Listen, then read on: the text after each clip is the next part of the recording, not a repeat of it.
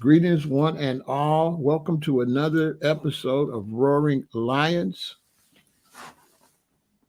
This is a very special episode. Hold on one second.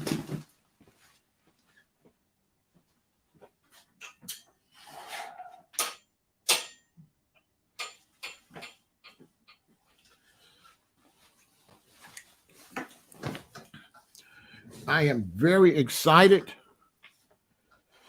about this episode. I consider this man somewhat like an uncle to me.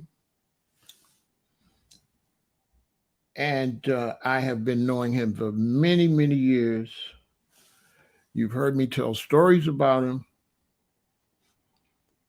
And this person has had a lot to do with me as far as me learning about Rastafari. And he is single handedly responsible for introducing I to the Rastafari culture and the Rastafari way of life. So, without any further ado, I am going to bring him in so we can have this great conversation. So, let's do it.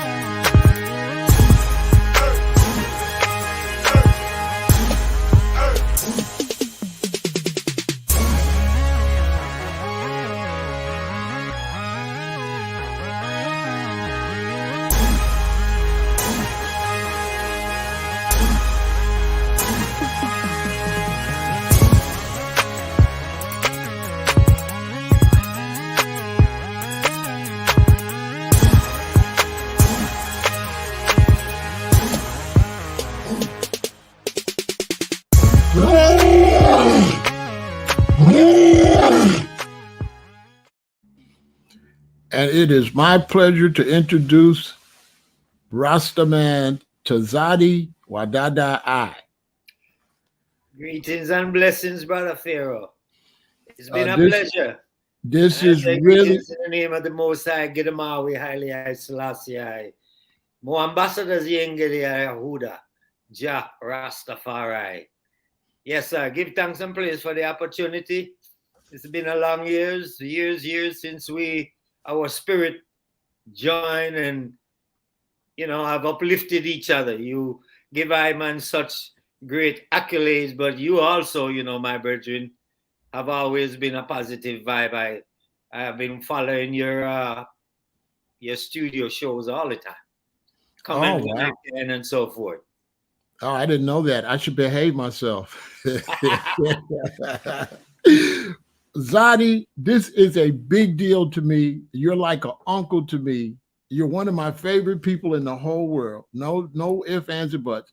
You're the man that single-handedly introduced me to Rastafari when I met you at a health food store and you gave me a flyer to see this group right here, Manyaka, that led me to have to find somewhere to buy the record, that led me to the Conquering Lion record store, and I met Chucky Isaiah. True words. I also met Josh Stone at the show, who put me in the band, and then his little brothers introduced me to His Imperial Majesty, Emperor Haile Selassie, and that's all because of you. Give thanks and praise, my Lord. Well, the energy is as such. I couldn't hide my candle under the bed. I had to put it on the mountain so that brothers can see it from the valley, from the depths of darkness. So reasoning with you it's always been a pleasure. I love to speak of King Selassie. I love to speak of the culture. I love to speak of Pan-Africanists. I love to speak of Marcus and, all of the great ancestors that go forth to give our man this education to share. It's not for I man to have and to hold within. Now, I don't know if you know this, but for us young, because you know we were babies and you guys was our elders, you brothers was our elders, and from our perspective, we had two leaders, and you were our like liberty, Rasta liberty leader that had the knowledge and the positive wisdom. And Chucky Isaiah was like our social leader, where we could go to the Conquering Lion, we could meet the artists. So you two brothers was our two leaders at that time. Give And thanks. and you were the head of all knowledge in Chicago concerning Rastafari. I don't know if you know that. Well, no, I really never put myself in that position, but there were a few instances that the question arose, need someone to speak on Rastafari, and they pointed my direction. You know what I mean? Yes. So those situations was quite encouraging and a blessings to share what Jah have given I. It's not an I, you know. It's like he says, don't worry about the words. You know, I will put the words in thy mouth. Yes. Well, you know, it wasn't just because of Rastafari, but at that time in America, dreadlocks was a new phenomenon. Hey, Sila, And yes. yours was all the way down your back. So you was a superstar, right? Well, you know, I don't know about you I know know when what you you got when you got the short dreads and you see the long lion man there, you know how you act. You go, oh man, how long you been growing that? Oh man, and you ooh in your eye. So you know Yeah, you was yeah, true words, the who and the I yeah, still get it now, you know. yeah, I still get that, you know. I still get that, you know. I mean, and the the most important thing I can say to anyone who's going, and I try to let's go with this terminology. I do not like to use the word dreadlocks because correct. that word dread, we are not a people to be feared. All The right. word dread means to fear. And that was a word that was attached to us by the colonial powers, the Europeans, who, when they first saw the Rastaman coming out of the hills, with not, let's say, pretty locks like you and I, locks that are groomed, but Congo horn locks like Samson, Right, seven big horns, you know. right, They feared and they attached the word dread to that man and yeah, called him the Black Heart Man, the dreadlocks Black Heart Man, which was a negative all the way around for okay. I as Rastafari, you know. But yeah, it was something that I would always say to anyone until you know, and they ask how long, I would say it takes patience. It's all about patience. That's what you said to me. It's That's what, not 6 months, it's not 6 years, it's patience because it is the covenant of the Lord and the consecration upon thy head. You know, Numbers 6, verse 5. And all the days of your vows that you have separated yourself or sanctify I and I to the Most High King Selassie Jah Rastafari. Shall no razor or scissors come upon thy head in the fashion of shaving the temple or cutting the precepts. Number 6. yes, I. This is very good for my audience because they think I don't listen to nobody. So it's good for them to see a teacher that I have to shut up and listen to. So this is so Well, now you all see I do listen. Okay. yeah, I know Yes, because you know, well, you're a standing pillar in the community with you. The topics that you attract and the topics that you attack, try to change. You know, there's a lot of them I listen to, and your topics are not boy but topics. Well, you know that right, terminology means idiot topics. right. You know, it's sound controversial sometimes, you know. A lot of it people are misleading, but you are correcting the issue. Yes, Yeah, my lord. yes. Well, the first time I saw you, that's what you told me. I said, "How long until you said patience?" And I said to because Mayat was my girlfriend at that Yeah, time. I We were remember. we were young, and I said to her, "He looks like Jesus." That's what I said. That's what Jesus used to look like. That's what I said. So, Tzaddi, where were you born, brethren? Yes, I am a native of the Jamaica, and I grew up in the, you know, I was born in the early 50s in Jamaica, and it was a colonial times, British rule. And so the education we got wasn't anything as we know now. I had to dig that out, search that about my blackness, because they don't tell you, they don't teach you. All you hear about is the great heroes of Captain Morgan and pirates and all of these murderers, British rules. And we thought they were great men until you really look beneath what they write in these history books and realize that, these are all murderers of our people who come, their ideology, the way they look at us, and so you recognize that. But yes, I am a native of Jamaica, and growing up in Jamaica, you couldn't say you are a Rastafari. That was a very negative. Your family would look on you with disdain, no, you can be, or disown you, take you out of, they don't even want to see you, because the concept of saying you want to know Rastafari, they think you're going to be homeless, naked, running around with no pants or trousers, nappy hair, digging out of the garbage. No history, no knowledge of what Rastafari is, except for seeing a homeless man because he had locks and point, that's a Rastaman. And it is not so. No, that's not so. Rastafari is universal. And so as I grew forward, coming out of that sheltered time in the 50s, 60s, and coming here, going to school, and I'm going to pull this on you. When I came here in 1968, brother, the west side was burning. The south side was burning. I came here in June of 1968. They had just assassinated Martin Luther King, and months before that, it was Malcolm X.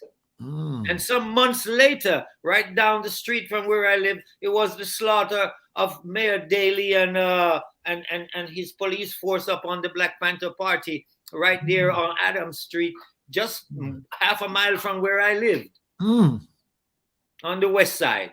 So, coming here, I remember stepping on the back porch, lifting my head up and see Madison Street in fire.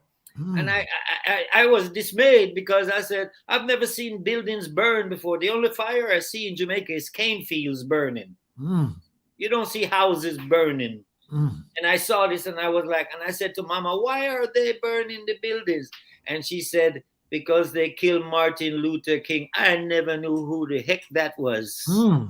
Never heard of him. So growing up in the colonial powers, you don't get to hear about Marcus Garvey, Martin Luther King, Malcolm X, and all of the, all of the civil rights leaders, or even, brothers, like Douglas and all of the other brothers, Stephen Biko, or and all of the others, Elijah Muhammad. You never hear those things. You hear what Europeans want you. So when I came here, the education was, yes, Chicago was much more proud. Black people, they were more, say it loud, I'm black and I'm proud.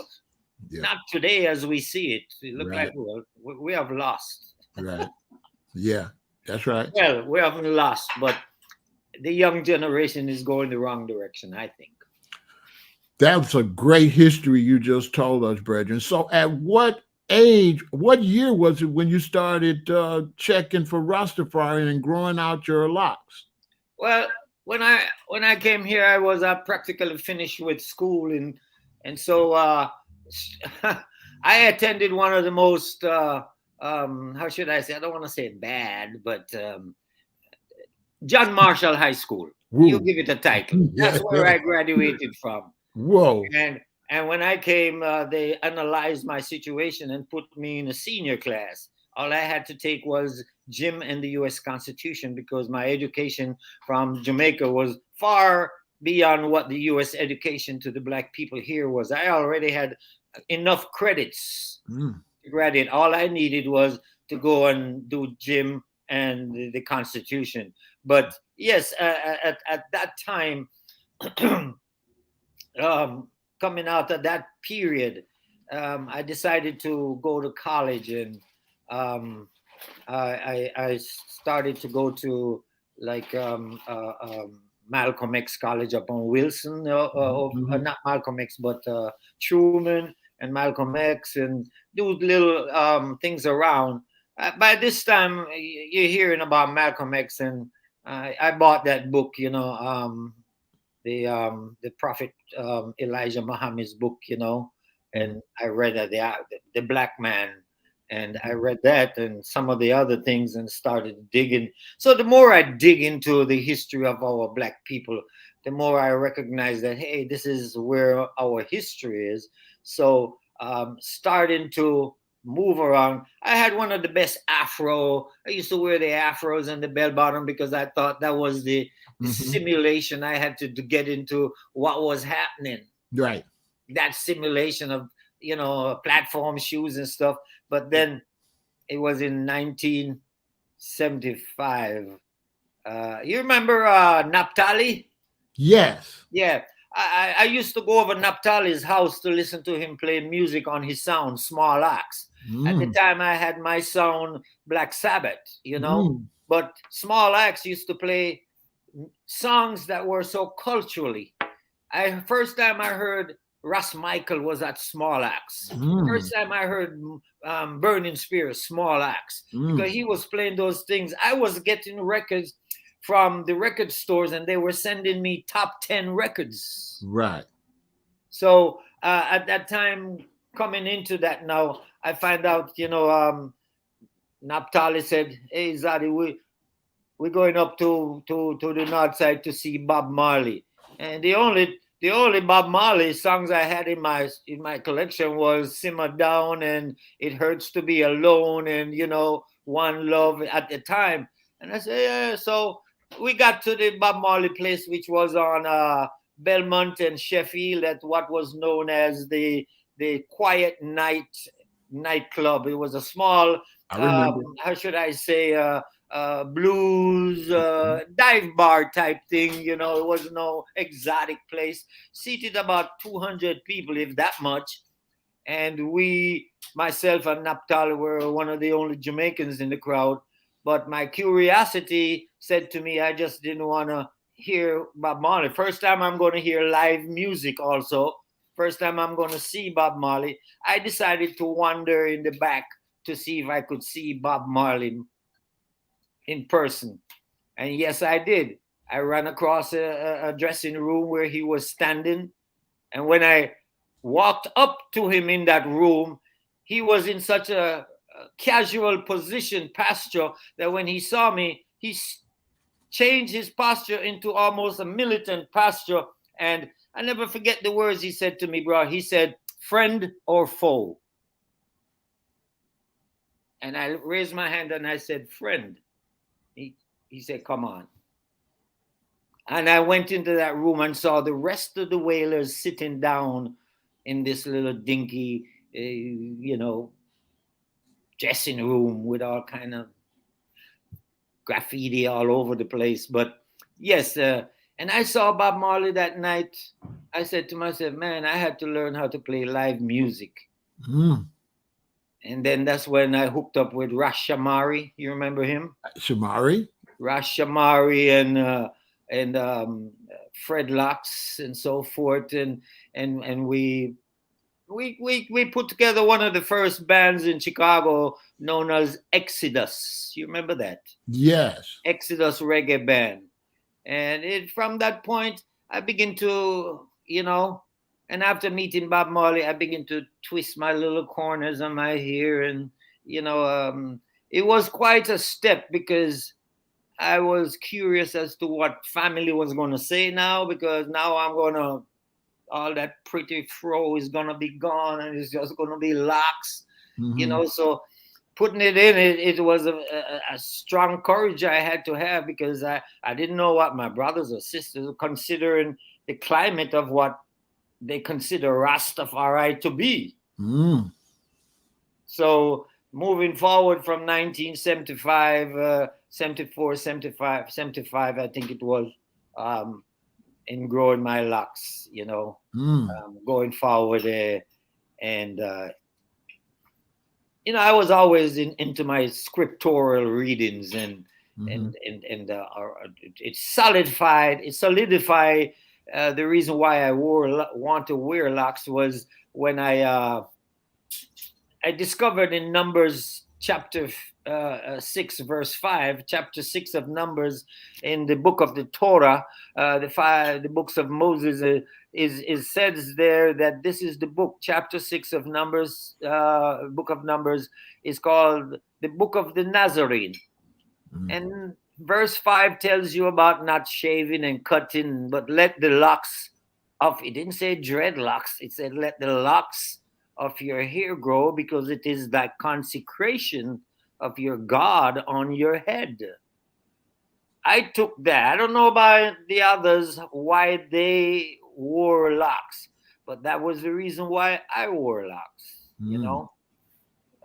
It goes further. They tell you not to drink strong drink, not to drink from the vine, not to this, not to that. And yeah, you know, I was never into liquor. Drinking, like I see some of the brothers, you know, who wear locks, you know, they got the beer and the. I could never do an interview with locks and say, and I have a red stripe or a dragon. Right. I could never, you know, because it's the wrong concept, wrong ideology I'm sending across. Right. My conversation as a Rastafari, I have to be upful, educational, so that I can lift, as I lift myself out of the pit of others when they hear. So I cannot give a contradictory image, because we live by examples, right, my bro? Yes, sir. We live Yes, by sir. examples, you know. I saw the brother Marley with locks, and I wanted locks. That was an example. Yeah. You know, yeah. And quite a few of the members in his band, they all didn't have locks. But in later years, they all started wearing locks. Right. See what I'm saying? Now, how did that transition into you checking for His Majesty? Well, it became knowing His Majesty was first and foremost in wearing the locks. It wasn't say the locks is as I read, you recognize that the teachings of His Majesty are very significant to wearing the locks. Hey, Bob Marley said, well, then if you're a Rasta, you don't have to wear locks to be a Rasta, but if you're a Rasta, why not wear locks? Why not? You know, because you see, your locks becomes, and which I love to say, it becomes an emblem to society that you're saying, I am a creation rebel. I am rebelling against your system. Where I'm not going to be clean shaved blue, put my tie on and go submit myself to your 9 to 5. I have to do that for many years, even with locks, to survive. You know, go do the punch the clock and so forth. But the whole changing from knowing about His Majesty was, as you read about, I remember one of the first pictures that I got from someone of His Majesty was him sitting under a tree and beckoning the children to come unto, and it says, suffer the little children to come unto I. You know, and I said, wow, look at that. You know, you've always read that, but I've never seen an image of African features like a black man would be bestowed with that. Right. With that kind of idea to call upon the little one, you know, begin to see, well, only the Christ can say, suffer them to come unto I. Right. Only the Christ. And as I read further, I began to realize that, and I'm still learning, you know, who His Majesty is. And here is something very important, my Lord. As I began to study and recognize who His Majesty is, I remember I was working I had just met, I think I was working at the Bank of America, and I was getting dressed that morning, and I heard the news came on the radio. I said, Bob Marley, no, His Imperial Majesty is dead, you know, Haile Selassie, ruler of Ethiopia. And I remember I stood there and listened, but there was a feeling that didn't come over me that's say, oh, damn. Mhm. It was like, oh, you hear that, but don't believe it. One of those things, you know what I mean? And Right. then right after that, Bob Marley came out with that song, Jaliv. And then Burning Spear come out with Jano de, Jano de, Jano de do. So these are all things that are saying, look, you begin to recognize and realizing who His Majesty is, So I look further and found, as I'm reading in Revelation 5:5, for behold, the Lion of the tribe of Judah. And if I punch my computer up and put the Lion of the tribe of Judah in there, who pops up but Haile Selassie I? Right. If I punch it and I hear that, the Christ shall come, and in Revelation 17 that says that on his vesture shall be written the King of Kings and Lords of Lords, and they shall make war against the Lamb King, the Lion King, as I say, because it's one and the same. A lamb and the lion is one and the same. One, the lamb who came as the Christ. I'm preaching the Christ. I'm not preaching the Jesus thing, brother. I'm Right. preaching the Christ, Right. you Right. know, because you are a Christ because of the lamp that you shine. You are a Christ. We're all Christ when we fill our void with that knowledge of God's glory and how to embrace His character. And we say, I'm not trying to drift from my subject, but you hear they say we are created in His image, and the misconception is, oh, he's black because I'm black and he looks like me. That's not what it means to be created in His own image. The image of God is forbearance, forgiveness, love, and I can continue. You know what I mean? Mercy, truth. These are the images. These are the character of God. And we are created in that image to be able to forgive, to love, to have fortitude, to have patience. These are all characters of our God and many, many more. That's what we have. We're created in that image. So, as it says, our Father who art in heaven, hallowed be thy name. Thy kingdom come, thy will be done. Yes, you have to let Jah kingdom shine in I and I. We are the temple of God. Thy will be done. Yes, I and I have to walk in Jah words, in Jah ways, and doing His will. That's how the children of the way, who later became known as the Christians, conquered Rome, because the emperors looked and says, "We look how we treat them. Look how we treat them," and they still go around saying peace and love, peace and love. And it was by example. How can we give brutality to these people and they still say peace and love? And that's where we are. A Rastaman is always saying peace and love, because the heartbeat is saying do good, do good. It's not saying anything about doing any corruption or corruption. Do good. That's the heartbeat, and that's where the Naya Benge comes from.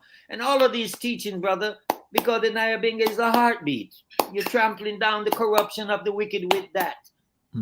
That continual beat there. You're killing corruption and all wickedness. You're killing and cramping and paralyzing all weak heart conceptions. Yes, sir. Yes, my Lord. So His Majesty came in. Read Marcus Garvey, and you hear brothers are saying, Marcus say, look to the east where a king is being crowned. So I look, I search. Oh, yes, it's not just Marcus Garvey, but Leonard Howell was the first Rastaman. It wasn't Marcus. It was Leonard Howell, who came back from Ethiopia, who witnessed the coronation in 1930. Came back to Jamaica as I think he was a Protestant preacher, and he began to preach. He joined Marcus Garvey, and it said that he wanted to distribute images of His Majesty among the Garveyites, but he was not allowed to do so, because Garvey did not see the same image as in Ethiopia. He saw Africa, but he did not see Ethiopia. He did not see Ethiopia, His Majesty. Some Pan-Africanists say, well, Garvey only see that because he was already the crown general of the Pan-Africanism of the UNIA. So for him to divert to show another king, you understand what I'm trying to say? Would Yeah. not be in his interest. We have no proof of that, but you hear them say that is why he didn't embrace Ethiopia or Haile Selassie. Well, I do not know that. I just know that as I search and search and search, and I said, look here, as it says in that song, Selassie is the chapel. In that song, he said, I search and search and search, and look what did I find in Revelation. It's all there. And we have those who, I say, fire burn, who throw acid and everything upon the scriptures. Yes, the scripture has been distorted, but one who is a truth seeker has to go in there and read it for what it is worth. And if you go in as a truth seeker with that spirit, my brother, I know you have experienced this. You read something and this, your righteous spirit is saying, Brother El-Aton, don't believe that. That's not true. And you continue to read it, and then something, you find you're nodding your head because you're in agreement with this new statement. Spirit is working with you, yeah. That's right. It leads I and I. So if I and I can only listen to the first voice of reason. Yes, brother. Sometimes we hear the first, but we leave it and go to second, third, fourth voice. That's the enemy. And the enemy let us do things that we have consequences that we cannot control. Consequences. Everything have a consequences, brother. That's whether right. it is a good one or a bad one. It's a consequence to our action. Every action is a reaction.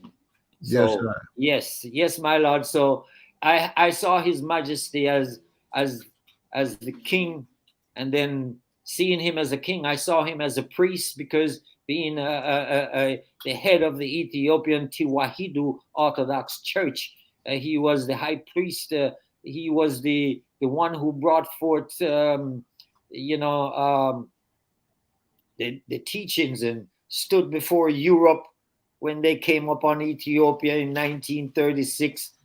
He stood before them and prophesied. And Bob Marley's song "War," that's his words. A lot of people think this is Bob Marley's words. No. Those are the word of His Majesty to the Europeans in 1963. In 1963, about the conditions of where they're taking the world. Yes. And how all of this separative concept of prejudice and segregation and racism, and until all are looked upon as equal as they are in the eyes of the Almighty.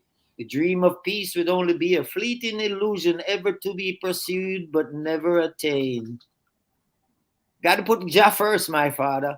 Yes, sir. We got to put Jah first. So I don't expect the system to be any better, because Jah is not in the system. This is not his. That is not his out there. We are building a new creature, a new creation, a new destiny when we embrace Rastafari. Is the only way. Unite Africa. It has to be united. Think about it, my brother. You know where we're coming from. We hear more today the cry for Africa to unite, isn't it so, than we ever did before. In the last 5 years, many of us, like myself, is traveling to Africa, which we never thought we could, because the system made it so that, you didn't have an interest to go to Mama Africa. We wanted to go to London and France and all of these other European cities. And my queen and I went to Africa just 2 years ago, and I'm telling you, it's a lie what they're saying about Mama Africa. I didn't expect to see subway in Addis Ababa. Jumped on the subway train from one stop to the next. I mean, Addis Ababa, Ethiopia. They say Ethiopia, as Menelik says, is what? Barbaric? No, my brothers. If we look at Mama Africa today, and the brother Akon say, come to Africa in 5 years, you will have more wealth than you can absorb. Brother Akon said that. And all we have to do, because he was interviewed and asked, he's going to produce for Africa, produce from Africa. And the white interviewer said, so you're going to be selling to Europe and America? He said, no, I'm selling to my people. And that's what we need, brother. So King Selassie lead me. It wasn't growing up in the Seventh-day Adventist church and the concept of Jesus that I had to pay into a concept, pay 10%, die and go to heaven to get my reward. I came out of that. I don't see that manifestation at all. I don't see it right, Heaven is within I, and we're living here. So I have to live my heaven on this earth. And remember, all it takes is for you and I, and everyone who's listening is to first seek you the kingdom of Jah, Rastafari, and all its righteousness, and all things will be added to you. And the number one word in that whole statement is all. All his righteousness and all things added to you. Didn't say you have a good bank account or 2 cars or a big house. It said all. You can have all of those, but you have to put Jah first. Jah first, my youth. Yes, sir. So Rastafari became a point for me to move on into my blackness, seeing my blackness, listening to more of the black knowledge that's out there, trying to know how to decipher, go into whatever you're reading, studying, or meditating on, go into it with a discerning spirit, so that you can sweep away the negatives. If you are a truth seeker, it's the only way you're going to have to do it. You're going to have to read from the scriptures on the right and prophesy in the history books on the left. Because what the scriptures say, the history will verify. Yes, history will testify. History will testify that we are from thousands of years ago. We didn't start at the slave trade. That's right. Imhotep, the father of medicine. Think about it. He was an African. Solomon and Sheba, they were Africans. So the anciency of our blackness is great. It's just that we're lost. And until you put the righteous nature inside to conquer the 3 main things, I think, that take us down, brother, and I see it today, is one is the lust of our eyes, the lust of our flesh, and the pride of life. Them 3. Everybody is beating their chest like Nebuchadnezzar. Me today.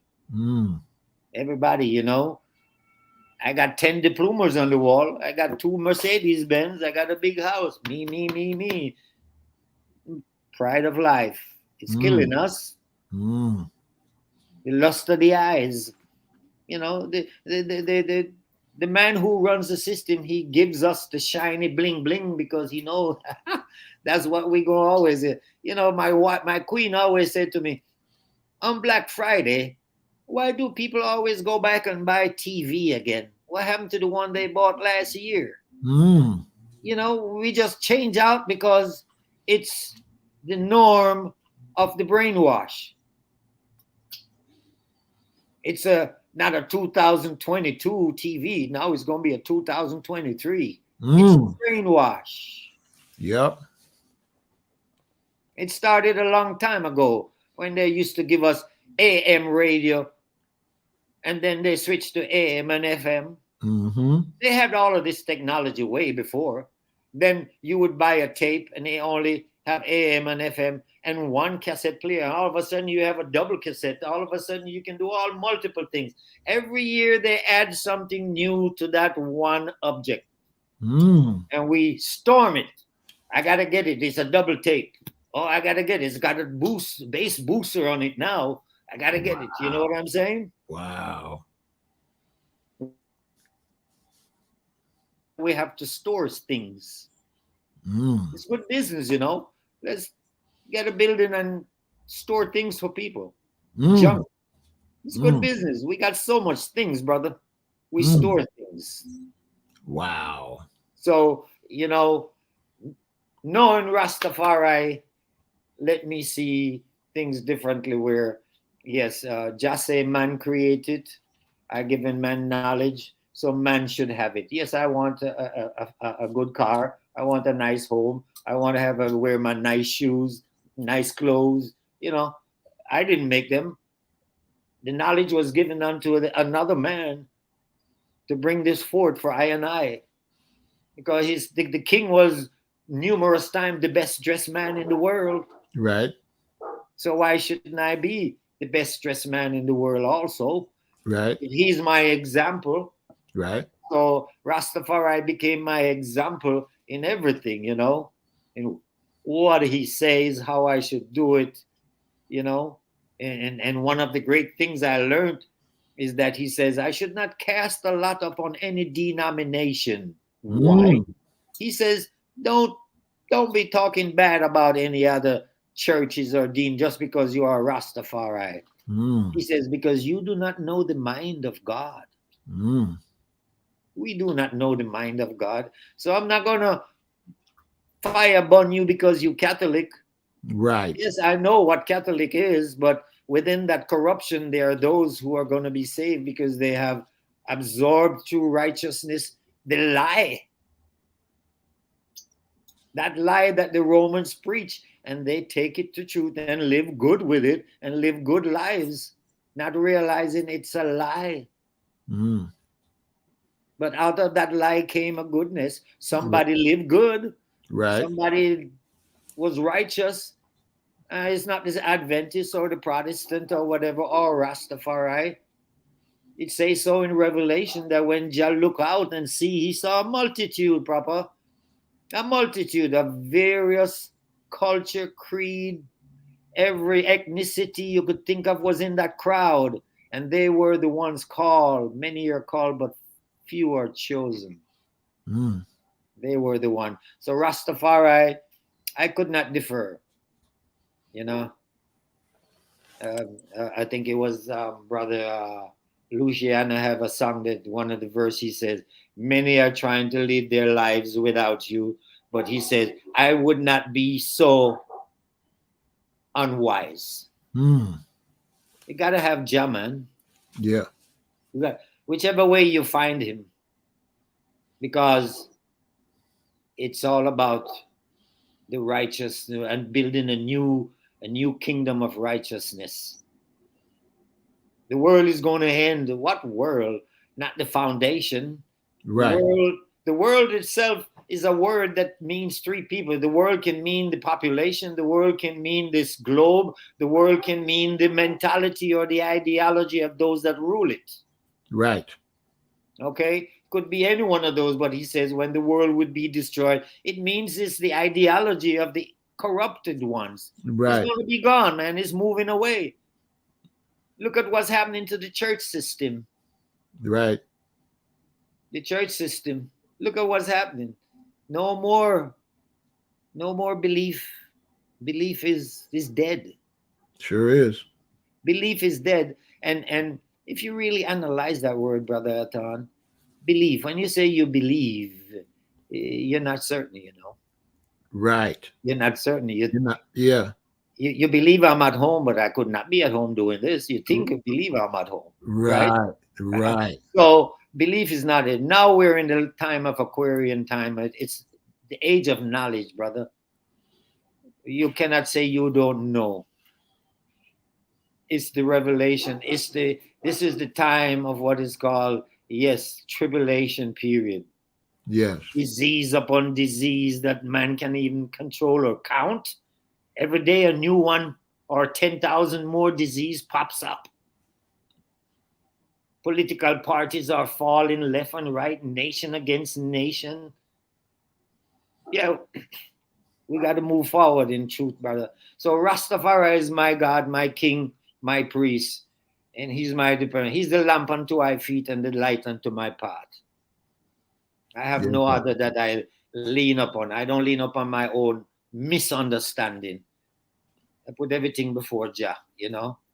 And Mm. we all should do that, you know. You ask him to guide you going out to your front door. because he has given you a home for security and peace and comfort and feel secured in that place. But you're leaving it and go out into a world that you don't know. So you gotta ask him to guide you going out and you coming in. Yes, sir. We have to, my Lord. King Selassie is the true King of Kings and the Lord of Lords. Rastafari. Yes, he is. You know, there is none other. Now, None other. tell me something. Have you been to Ethiopia? Yes, my Lord, my Queen and I, in right before the pandemic started, and that's another great spiritual awakening, because I read so much about Ethiopia, and we hear and we see on the Hollywood depiction of what Ethiopia or the Holy Land is, and I remember when my Queen and I was was just just cruising down the Nile. We just in there, and brother, I'm telling you, I had my hand in the water, and it was as if I plugged into an energy source, because as I touched the water, all of a sudden the energy of realizing this is the same water that Cleopatra, this is the same water that the Queen of Sheba, the kings of kings, this is the same water that we hear about in scriptures. This is the same water that it speaks about in Revelation or in Genesis, that says you can find the Garden of Eden if you know the head of the three rivers, the Gihon, Hiddekel, and the Euphrates. And this Gihon is what today they have renamed the Nile. And it was a feeling. It was a great feeling to be in a temple that was 4 stories tall, in the shape of a cross, and that is the cathedral or the temple of St. George. And brother, it's a wonder feat. It's it's an ancient wonders of the world. Why I say that is because in this building, it was carved out of solid rock. It is known to the world as one of the only freestanding building in the world, meaning no cement, no board, no nail, no welding, no steel, no nothing. Just a solid piece of rock our ancestor chiseled 4 stories of structure from top to bottom, not from bottom to top. From top, they work to the bottom, chiseling a structure that is shaped like a cross, east, west, north, south. In that church, in the center of that cross, is what is called the nucleus church. And if you do not want to sit with the nucleus of those people worshiping at that point, you can go to east, west, north, or south points and go to a micro church. You understand what I'm saying? Wow. Now, I read in a book that in this church, in this building, I should say, the female voice is silent. It has no echo. You can barely hear it. And I asked my guide, the priest, where is this that I read about? And he said, come, he took us. And, our men's voice was much louder than my queen. Way loud, like thundering through that room. How did our ancestors form this acoustics to silence our partner? He took me to another room and showed me a tomb that is covered with all sorts of tapestries and rugs and carpet. And he said, this is the tomb of Adam. I cannot go any further, but that is what he said. Wow. This is the tomb of Adam. Now, the mysterious and most prophetic thing about this room, he says, the only way to get out of this room, we have to go through the passage of death and destruction, darkness. And we climbed into a small hole no higher than about 4 feet tall and 3-4 feet wide in the side of that wall, and we did not know where it's leading us to, and we went in that. And Brother El-Aton, if you ever want to see darkness or blackness, it's the place to be. Because as much as I was writing there, I could not see my hand, I could not see my queen, and ironically, we were all wearing white. Wow. And I could not see anyone in that darkness. Anyone. And for me to travel, or my queen, or the guide, he told us to put one hand on the head and the other on the wall, and we travel like that. This is only a guide through this wall. Sometimes we go in circles, we go down. Sometimes it gets bigger and come back smaller. We go up. You did not know if you're going east, west, north, or south, or where you're going, to the pits or to the abyss. You don't know where you're going. Blackness, brother. Wow. And took us to an area where it seems like we were at the bottom of the mountain, and he pointed to a single star and way up in the top. I mean, top of the mountain was just like a twinkling little light. And strangely, he said, and that is heaven. And we climb and climb and climb on the path that he led, and came out on a plateau about a full block, a square block, a plateau, a flat plateau on the top of the mountain. That's the side of a whole block. Hundreds of people in white, prostrating themselves to the ground, shouting, glory, hallelujah to the God of creation. Glory, hallelujah, up and down, brother.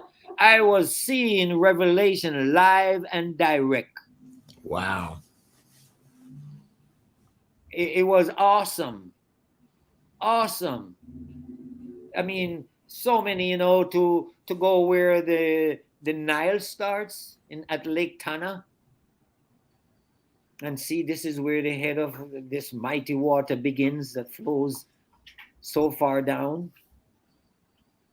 And traveling from Addis Ababa up to Lalibela, which has and I asked why this place was called Lalibela, and why the church that was built by the St. George Church was built by the three Lalibela brothers. Is that Lalibela, when he was young, he was covered when he was born by a swarm of bees for 7 days, his whole head. And the word Lalibela means honey eater. And he was covered, the young prince was covered with this bee. They say the legend goes, and when the bee left, no damage. But when he left, he was old enough, not as a baby, but enough to tell what he had envisioned. And he had envisioned that God told him to take the worship of his people underground. And that's why you find so many churches are building mountains and going caves and underground. Why? Because God said, and this is history, brother, and you know this. At this point in the history, of the Ottoman regime, right? Right. Was moving across North Africa, killing everything that was non-Islam. Am I right? Right. Okay. And they were heading to Ethiopia. So the message was to the king, start digging churches in the ground and go underground to worship me. That's how the 30-odd churches that are in Ethiopia and Lalibela are all in mountains. I journeyed for a quarter mile up a mountain to go into a church, Mahadin Christus, a church. And in that church was another tomb covered up, and behind it was a barbed wire fence or chain link fence. And behind those fences were thousands of skeletons, some of them welded together, all with their spears and their arrows and everything and their swords. Why is this? Why aren't they buried? He said, these are the warriors who defended this church from the Ottoman regime. I mean, brother, it is awesome. It is awesome to travel from there, from Lalibela to Bahar Dar, and then from Bahar Dar back to Addis Ababa, and then go down to Shashamane, down to Awash towards the Kenyan border, to see Omoro region. And, that's where you start to see the real Black Ethiopians, brother. I mean, when you're way up north in Tigray and Amhara and Addis Ababa and further, they look like me Right. and you. You Right. start going south in the Nile Valley into Omoro and into that region, dark, smooth, black melon, pretty, beautiful people. Interesting. Oh, You, it's awesome, brother. you know what? They have at the Church of Lalabella, they have some bees in there. That's interesting. You said the story. And they Yeah, get this honey, and they said the honey is holy. I'm trying to go get some of that honey. yeah, that is where the word lalabella, from what my guide said, that it means honey eater, and the Interesting. king was affected by these bees, and everybody was praying for all of those days, and the bees, they just left, and there was no harm to the young prince. Wow. But it's an awesome travel for me, to brother. But and again, when I went to Addis Ababa, I went to the home of Haile Selassie, King Haile Selassie I, and moving about in that home, that palace, and went in his bedroom and touched the bed that he slept on, touched the table that I would often see in pictures of him signing agreements. You know, a small desk was Right. right there with the pen and everything. And I, strangely, when I went into his bathroom, above the bathroom, it says um, the emperor's bathroom. Mm. And when you enter, the whole bathroom was blue. Mm. Ceiling, I don't know why. The bathtub, the toilet, the basin, the floor tiles, everything was blue, like sky blue. Mm.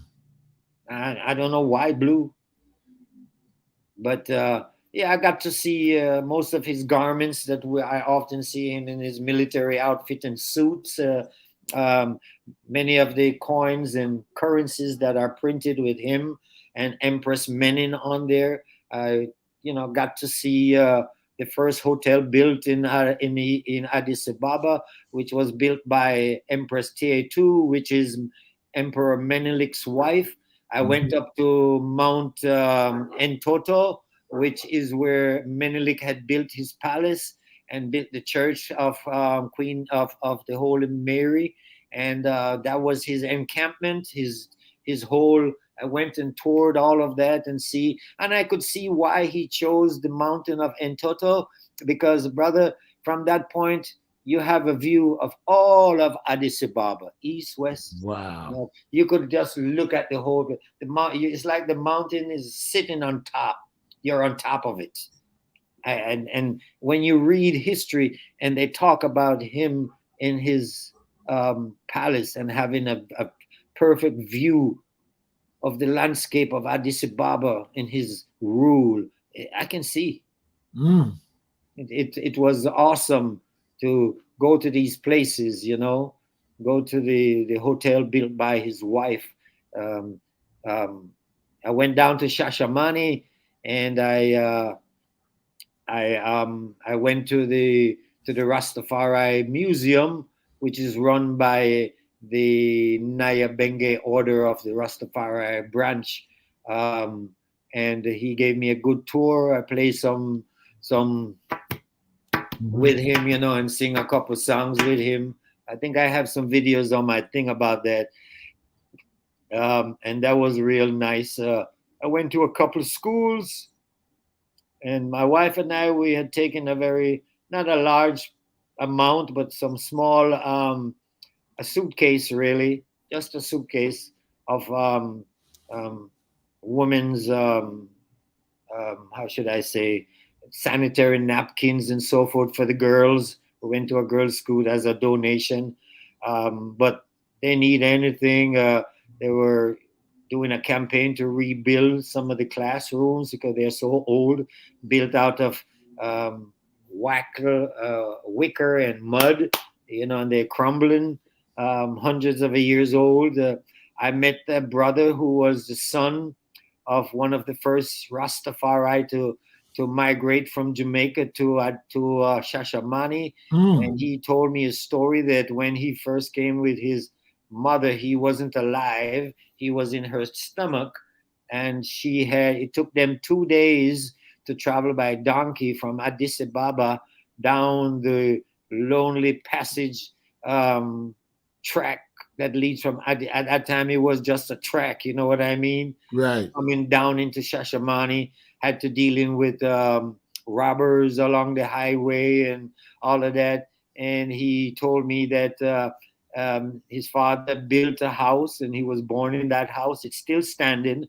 And he showed me a spot where he would sit at night and peep through the wood, through the boards, and he would see outside. And he would see gorillas and baboons and lions roaming around looking for food.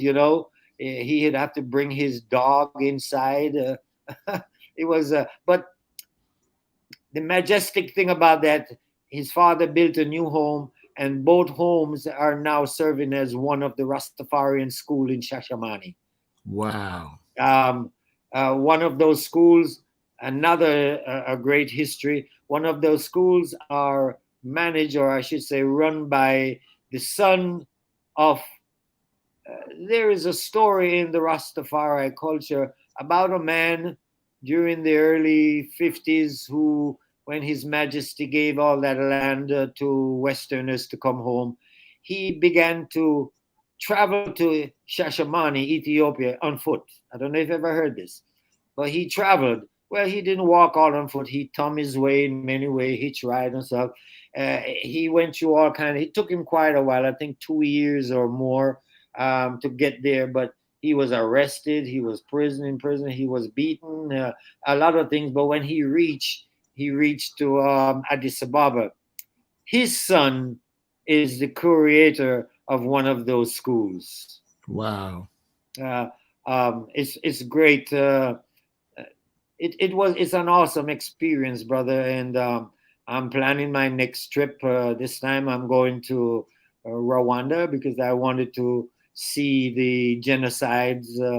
They have monuments of the genocide that took place 20, 25 years ago. If you remember that, don't you? Right, Hitsu and the Tutsi.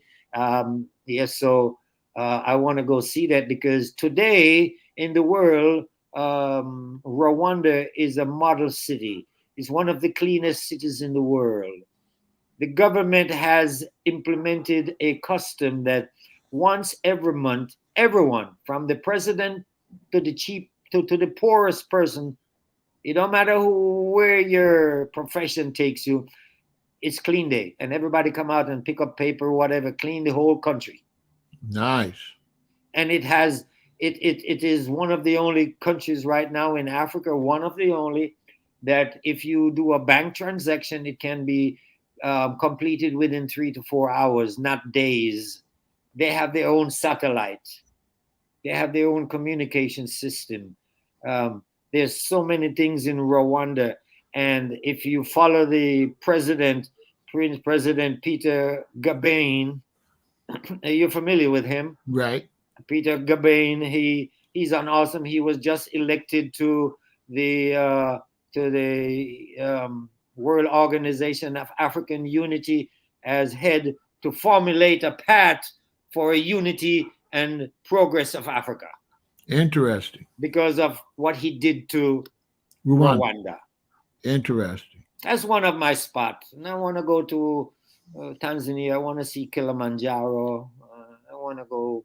I want to go to Benin. I want to see the Dahomey history. Central Africa. Not a lot of people go central. Right. And strangely, I wouldn't mind going to West Coast of Africa, but to me, I'm leaving a city to a city. I don't want to do that. Right. You understand what I mean? How many shots did you have to get to travel there? None. None. No. And my queen, she got our visa online within 3 hours or less. We applied and it came online. Unlike a lot of people, when we got to the airport there, you can apply as you arrive, but that is not a guarantee. You might get turned around. You never know. Right. But it was a mighty trip of historic proportion for me to touch and feel and see such great history that I've read about and literally see. You know, one of the one of the images that stuck in my mind was I remember going down to Shashamani, which was more of a fertile land. The north, Lalibela, tends to be very dry um, in the north, but the further south you go is very fertile, very, rainy and so forth.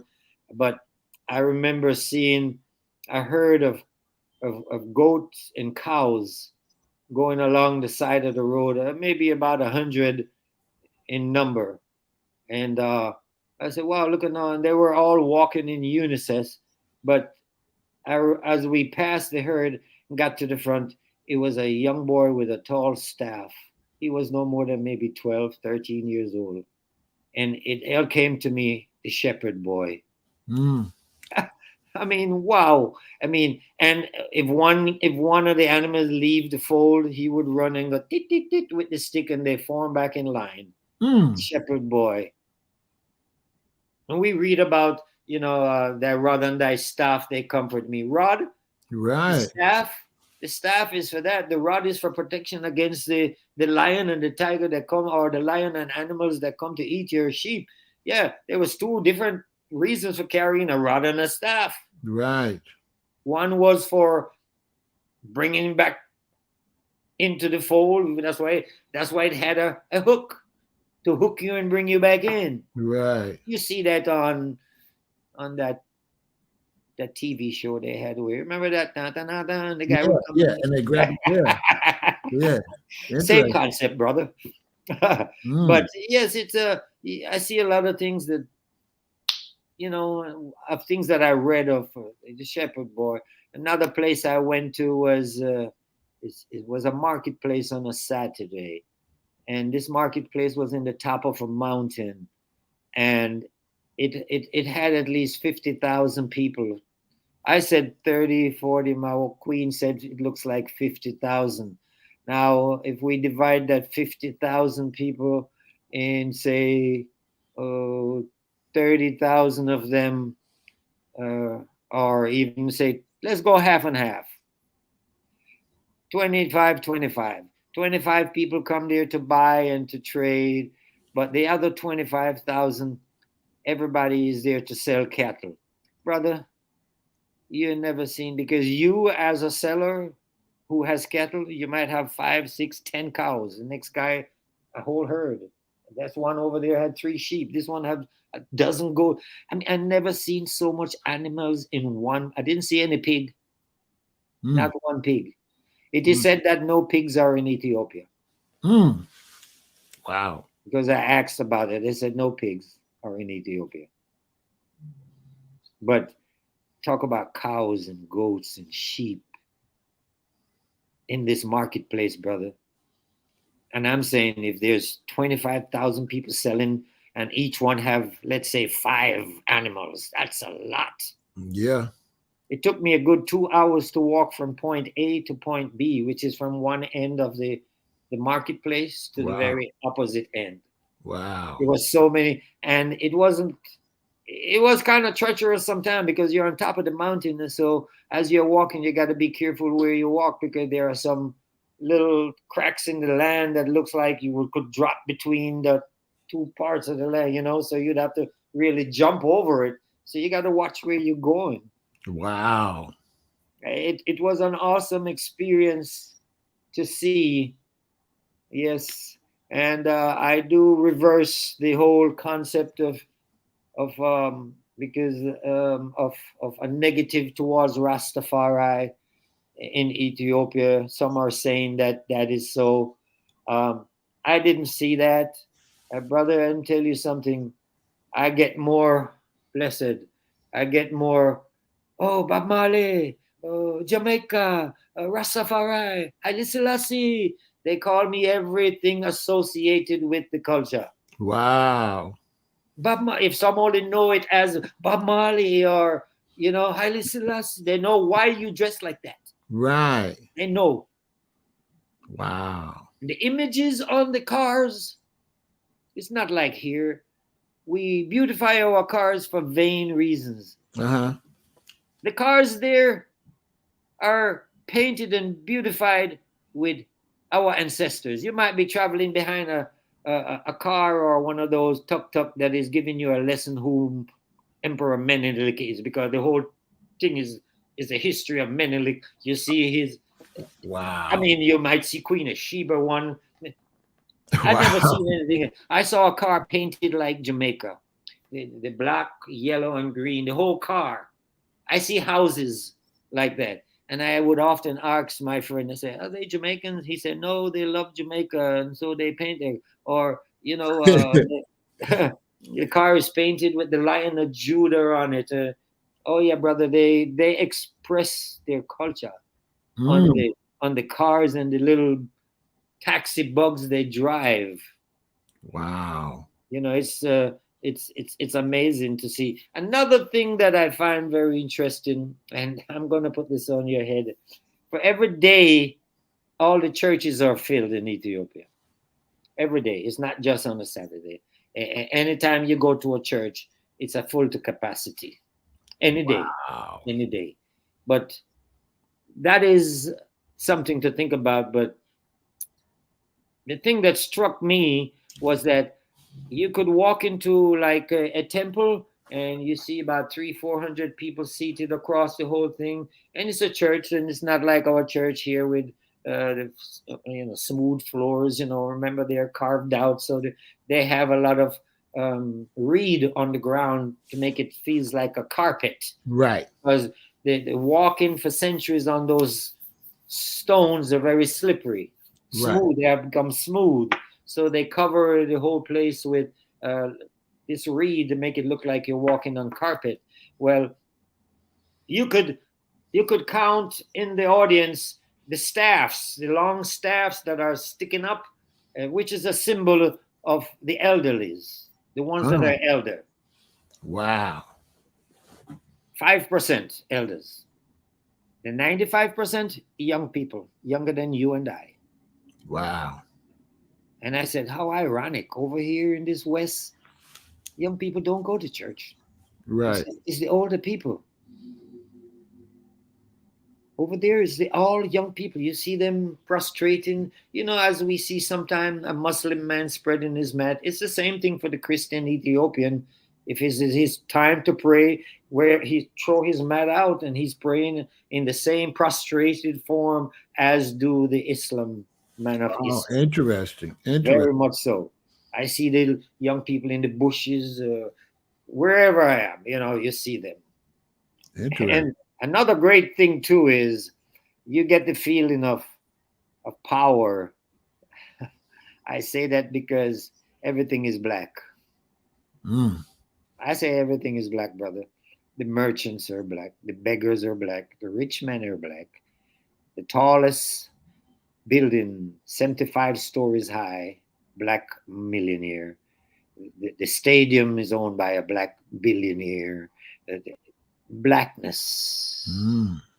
I didn't see a I didn't see a Arab. I Mm. didn't see a white man behind any counter, or I didn't see any. The only Mm. place I saw a European was in the hotel lobby. Mm. Mm. It was a feeling to see we run things. Wow. We run things. You look left and right. It's amazing to travel and see this, brother. But it solidified my faith in Rastafari. It solidified because I, people say, you hear people who are saying, well, they don't believe in David and they don't believe in Solomon because there's nothing to show. No, it's just some books that somebody write. Well, I accept things by faith. Okay, faith is the substance of things hoped for, evidence of things not seen. So I do that by faith. When I accept, I didn't see Moses, I didn't see Solomon, but I accept the tradition of the bloodline that comes down to where His Majesty is, Right. and I can say yes, I have read about His Majesty, and I have all of this, but to literally go in his palace and see the thrones of David that he sat upon, to see the bed and the chair and all the physicality of what made it a spirituality. Right. It's not just imaginary, it is physical. And we are a physical people, and we worship from a physical standpoint. Our Right. history is physical. The Right. pyramids, Ethiopian Aksum, in Niger, in Chad, our history is physical. South Africa, physical. It's a physical thing. It's not hearsay. It's there. So a lot of brothers I talk to here in the West, they say, well, how come they got people digging and never find anything? They're not going to, because that means they would have to agree with the black mind. They don't want to agree with the black mind. Yes, Rastafari is the one and only way for me, because when I was in Advent, Jesus didn't drive me to find this out. Jesus was telling me to pay my tithes and wait to die and go to heaven and get my reward. Right. I'm getting my reward, bro, because I have lived where I have been blessed. As he said, every man is given 70, and he has given me 70. I'm 70 years old, and I'm not laid up in a bed, and I give praise for his strength and energy, just like you and I. Yeah. I see you on your machine, Yeah. I see you doing your exercise, Yes. We got to stay active. And you just had a baby. There Congratulations. you go. And when I say I just had a baby, people are like, how old are you? And I say 70. I said, no, that's your grandbaby. No, it's my baby. And I tell them, oh, I feel like Jacob. But if you're not spiritual, you would not understand what I mean. I got to come by the shop and get some tonics, bro. Yes, sir. I got to come. You got to give me some of that magic, okay? I sell that bitters, man. It's flushing the system. Yeah. It's not artificial. Right. It's one bottle will have 30, 40, 50 different herbs, barks, roots in it that is flushing all your organs, right, cleaning your blood, getting you circulated, your colon cleanse, everything happening. I take my tonic morning and evening, and I'm guaranteed to have at least 2 bowel movements, 3 a day. That's right. And that's all we need, is to make sure we eliminate. That's right. I remember going to Ethiopia, and I was jumping across the stream from stone and rocks and thing. And as a tourist, they have people by the side who are there to sell you these little staff to help you secure yourself. I said, no, I didn't want that. They, how old are you? They can't believe I'm close to 70, and it's the power of the Most High, my Lord. Yes, right. It's what you feed your system, the structure. It's what you put in the heavenly box. Right. Right. It's how you live. Right. It's how you share the knowledge. Yeah. Now, yes, if you had some advice to Black people all over the world before you go, because I know you got things to do, what advice would you give us all over the world? If you had all Black people watching right now, give us some advice. Wow, that's a very powerful thing there, bro. But I try to incorporate a few things, but advice is we have to study to show ourselves approved, because the enemy is going to come with doctrines that will only tickle the ear. And because of this doctrine that tickles the ear, as you can see now in the system, everybody wants to be on that bandwagon. I have no bad words against anybody's way of life. I just know that I am Rastafari, and what you do, I could not incorporate in my Rastafari way of life. I couldn't do that or do that. You do your thing. So study as a black man, know your history. Study to show yourself approved because the enemy is going to come to test you. One of the good studies I see is when one of the Moors are confronted by the system and how they put them in place with knowledge. You see what I'm saying? Yeah. You know, I have been in situations where um, um, the white man tried to trick you into certain things, and you got to know that that is a trick. They ask you a question because they want to hear you say something, you know. So you have to be prepared for this because our enemy is like a roaring lion who is moving about, seeking whom it may devour. And that's what this is all about. Our people are being devoured because we are lacking in knowledge of self and the glory we have. I look around and I see sisters, if they want to do that, they dress in all raunchy and they have purple and yellow and green here all the way down to to their butts. You know, I mean, quite opposite to what you as a black person is. Right. There's no way you could.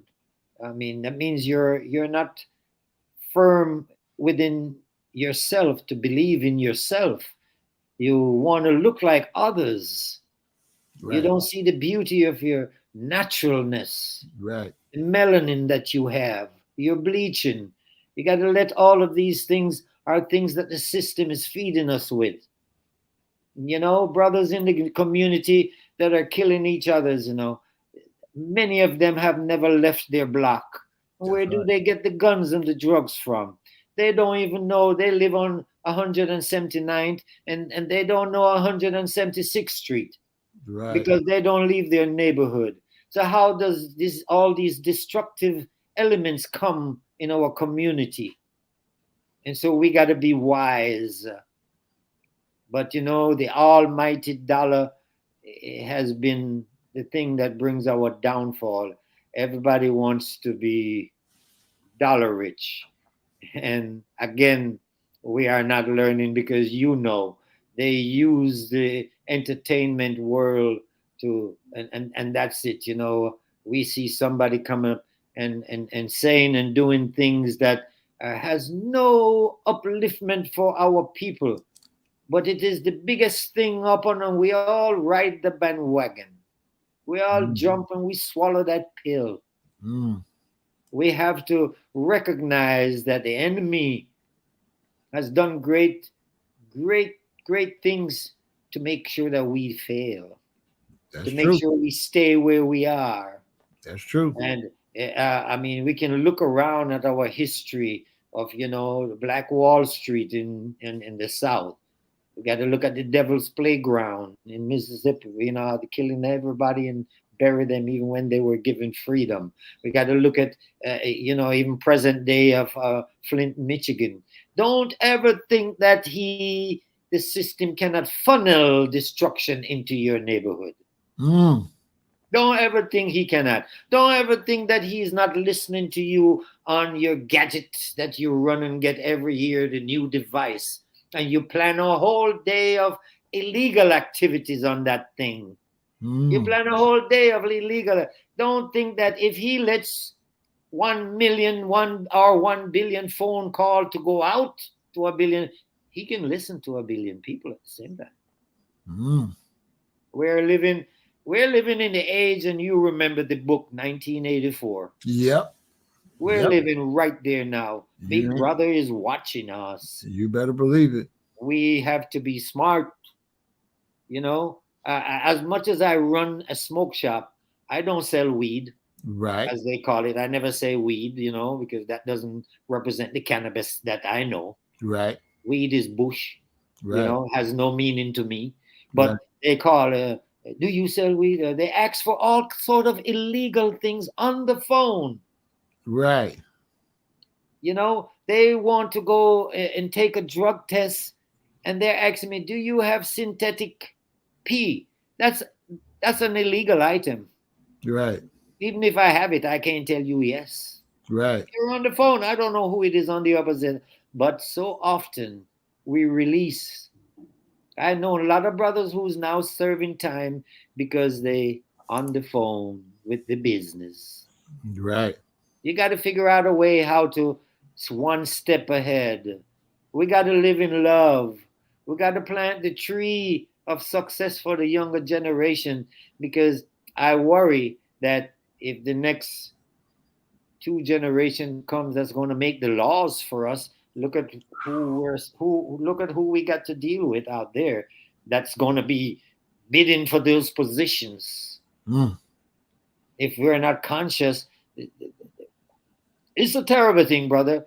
I say to friends that I think we have lost at least 2 to 3 generations of young people that need to just push out. But we can't push out. We have to try and,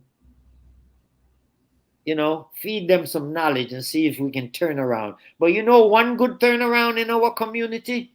What? It's the wearing of locks by our brothers and sisters. They might not recognize why they're wearing it, but it's the start of the revolution. That's right. You understand where I'm going with that, bro? That's right. It's the start. They're wearing their locks because they're saying to the system, I have no part of you. That's right. And it's the start of the revolution. It will not be televised. Yes, it will be televised, Brother Scott. That's right. He said it won't be, but it will be. So when we look around and see, yes, brother, to my people, let's be smart. Let's not just pay stupid tax. You go on the meter and it's only 25 cents. Drop the 25 cents because if you don't, you come out, you have $150 to deal with. And we don't have $150. Right. And it compiled 1, 2, 3 ticket. Before you know it, they take your license away. It's a process to deny you as a black man, black woman. That's right. So don't play stupid tax. Think of the consequences. The pendulum doesn't swing one way, it comes back. Maybe not the same hour, same day, same week, or same year, but it comes. The decision we're making. And that's why you and I, brothers, are surviving, because you and I have made a decision what you're doing. You're educating, uplifting, and empowering. Brought me here to share my vision, my thoughts with you, And I'm gonna tell you, brother, you took me all the way back. You took me all the way Yes, back sir. to 1980 when I had to sit and listen to you. And this was really good for them to see how I grew up. See, this is what it was like for a young Rasta man. I had to sit and learn extremely a lot. Okay. This is what it was like. This the man that one time we were getting on the bus and I said, yeah, you and me. And you was like, no, it's I and I. I said, Yeah. what is I and I? He said, it's I and I and I. Ja. Yeah. That's what that means. This what life was like for me. So don't think I don't listen. All I ever had to do as a young Rasta man was listen. You don't have no opinion as a young Rasta man. You have to. When I came up, the older brothers, they were hardcore. They didn't deal with no back chat, and you have to learn. Yes. You have to learn. Yeah, that's why I remember when we do music, you and I, I bring you into it, say, hey, handle this for me, musically. Because even that Moniaka, that was one of my first production in Chicago to bring a live show into the city. One on the south side and one on the north side. And I incorporated it with a Mantu dance group. Remember that? Right, that's right. Yeah, I tried to have a little of everything so that people could have a wonderful time. But yeah, you brought Steel Pulse. And one of the greatest days of my life is you came to iMan and you said, I want you to be security. I'm young. I got my little dreadlocks. And I could not believe that somebody like me would be security. and I wore my African gown and brought my African cane, and I'm security for Steel Pulse. And they had that was their first time coming to America. And that was at Tuts, wasn't it? I think so. Yeah, on Belmont. Yeah. Yeah. And I got to be security, and boy, was I happy. Oh boy, Well, I was like a kid in the candy store. I go, well, that's the whole idea. You see, is to the youths, and at the that's right. time, seniors to bringing you there, and now look at where you are using that knowledge to expound to other people. That's right. Of the genuinity of what Rastafari is, and I didn't see you as an American. I just, Right. Right. you know, Right. and a lot of times we tend to separate. Oh, he's Jamaican, he Haitian, he American, he Nigerian. No, brother, no matter where you come from, Peter Todd said, Right. you're an African. Yeah, that's what it was like. It was much different. I try to tell people that all the time. It was much different back then. Yeah, back then it was different. Everybody considered themselves African. There we go. And I've had people nowadays that I have learned not to reason with, that come and try to get me in a conversation to tell me that we're not Africans, Yeah. we don't want to go back to Africa, and Yeah. and I'm it's gotten down to the point where is that I'm not throwing my pearls to swine. That's right. You see what I'm saying? I'm not That's throwing they're just going to drag me through the mud. So, and I've been taught by His Majesty to don't argue with a misunderstanding person, because you'll be just as much misunderstood. That's right, brother. So I try to just listen. That's right. I just the other day I had some brother who said he's prime minister of some new nation. I forgot what it was, and that he's telling me that him and his woman is telling me that the slave trade was a farce. It was never took place. That they went down in the Caribbean and in the South America and took people from there, spread them all over. And brother, I couldn't get into it. I just listened. I just listened because they don't study, brother. They don't really study. So we didn't start at slave trade, but don't come tell me that that's a farce. Yeah. We living in that age where it's a lot of false information going around. So listen, Ross, I want to tell you much love and much respect. As far as I'm concerned, it was the African brothers from Jamaica. Brothers like you bought Africa to African Americans, because in the 60s, it was just black power. Yes. And black is beautiful. Yes. But brethren like you, the black Africans from Jamaica came up. You are the ones that brought Africa to us. You are the ones that brought Marcus Garvey, Africa for the Africans. That was not being taught in the 60s. No. So I want to thank you for your service. Bro, you was one of the greatest men in the city of Chicago. That's coming from me. You've done a lot of great work. You changed my life tremendously. You're like an uncle and a relative to me. And I just want you to know, you're very special to me and you're very cherished. Okay? Thank you very much, my lord.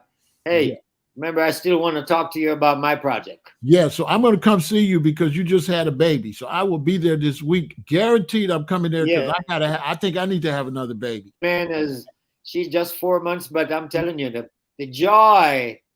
I don't know what Jacob felt when he had his last child, Joseph, at 120 years old. Right. The young one brought new energy to him. That's right. And I feel the same way. Now, tell them where the shop is at. What's the name of the shop and where's it located? Well, my queen and I, we are owner-operators of black-owned business on 435 East on 79th Street. It's Natural Vibrations, LLC, doing business as a reggae smoke shop. Don't let the name Reggae Smoke Shop fool you. We just don't provide things for your smoking pleasure. We carry all kind of beauty products, hair products. We have over 100 soaps for your body, your face, and none of them have animal fat. We carry thousands of incense, both very exotic incense and low-profile incense. We have glassware and we're all type of for smoking, and CBD products, Delta 8, have those products that is good for your body for relaxation. As you know, CBD is a derivative from the cannabis, and it's the healer, it's the mighty healer. Um, Yes, sir. and we have so many other crystals. We also sell a lot of non-tobacco hemp wraps. That Nice. we have. We also have the tobacco base thing too, and I also sell a natural the fronto leaf, a huge leaf, Ah, yeah. natural leaf that brothers are buying just for a small amount of money, and you can get 12 to 13 um, um, blunts out of one. Right, right. So we are at 435 East on 75th Street, 75th and Vernon, 1 block east of King Drive. And we open from 10 o'clock in the morning, weekdays, Monday through Thursday until 8, and Friday, Saturday until 9. I tend to take Sunday off to, like today, to relax and take care of my personal things, but spend time with my new gift from Jah, my little Rael. Her name is Yisrael Nairobi Wadadah Grand Terrier. Oh, she's a powerhouse. She's a trooper. I love her. She's the young princess. Yes, sir. Oh, she is number one right now. But yes, my lord, and we carry a lot of things.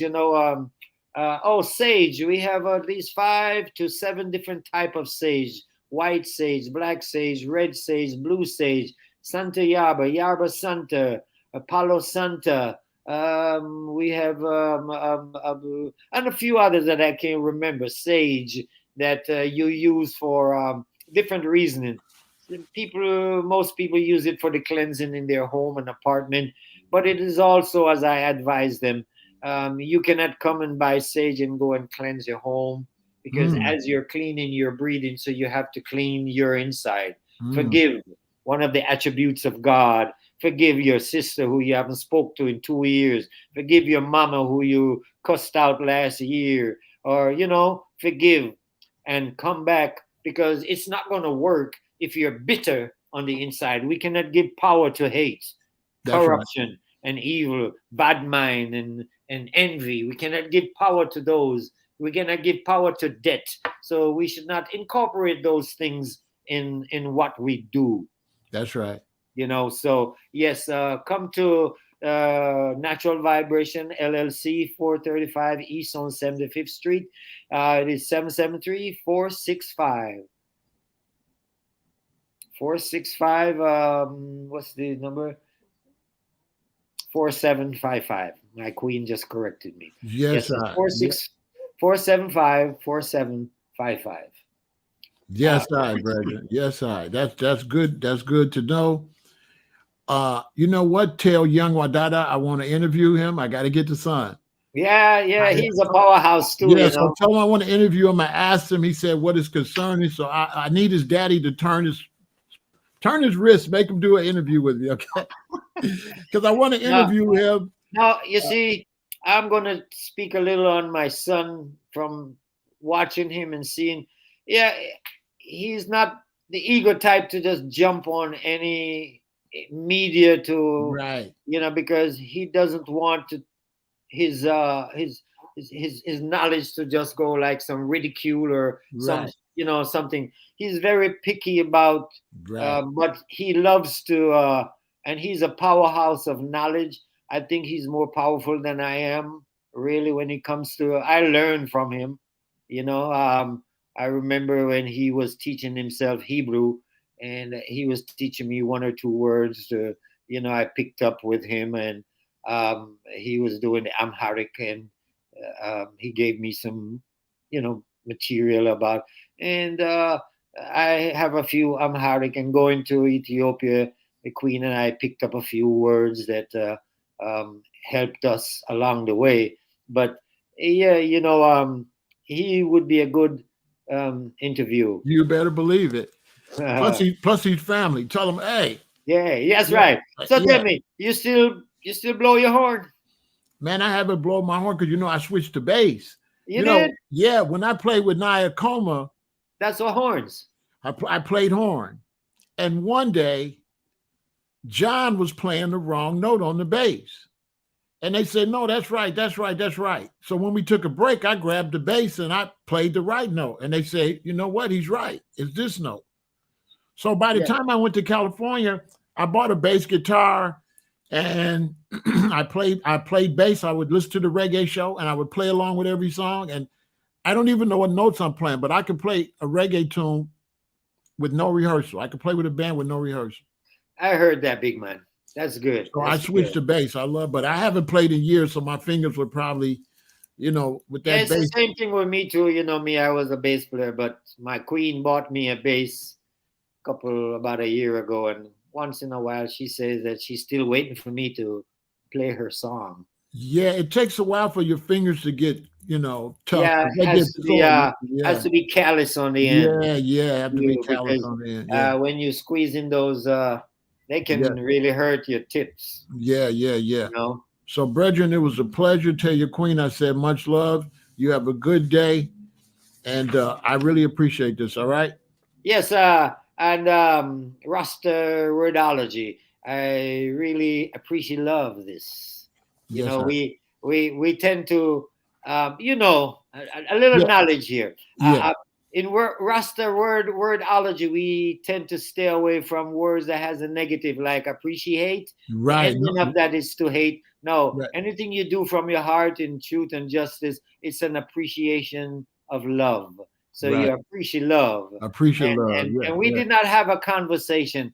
We have a reasoning because we're not conning each other. I got to step my game up. Yeah. And so I could go on, but that's another topic. No. That's right. Yeah, we reasoned it. You can see I haven't been around a lot of rosters in a long time, I'm just have to be, man. Yeah, you do if you want to keep talking a certain way, because when I'm talking to them, they don't overstand.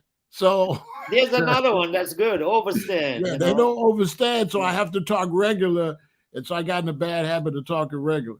No, I know where you go because I do that sometimes too. Yeah, I have to. They never know what I say, That's right, jump right to the pattern. They don't know what me be around them on them long time, me be around. Yes, I am. Yes, all right, Tzaddi, much love. Love, my Lord, your guidance and protection. Glory to the eye, Yes, sir. Yes, we manifest kiddos. Ahadu Amlak. Yes, sir. Rastafari. Get it out. Yeah. So that was my elder. It was a pleasure.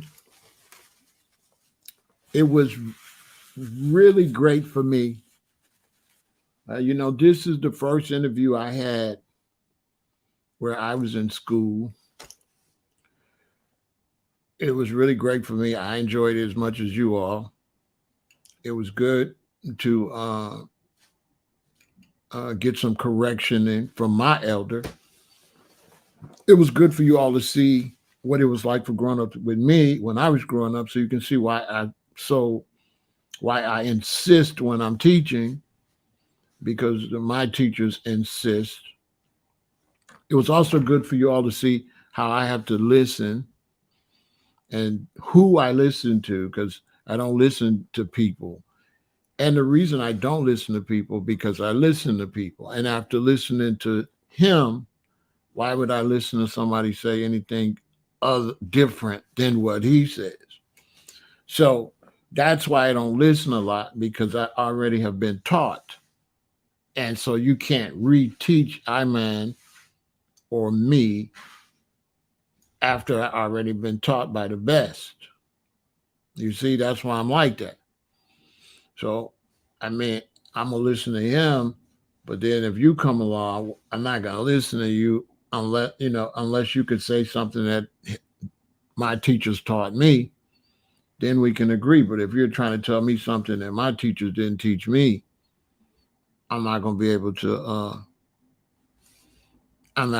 to listen to you, because, and that's what I'm trying to teach the young people. If you want to get knowledge, you have to listen to many, many, many, many years.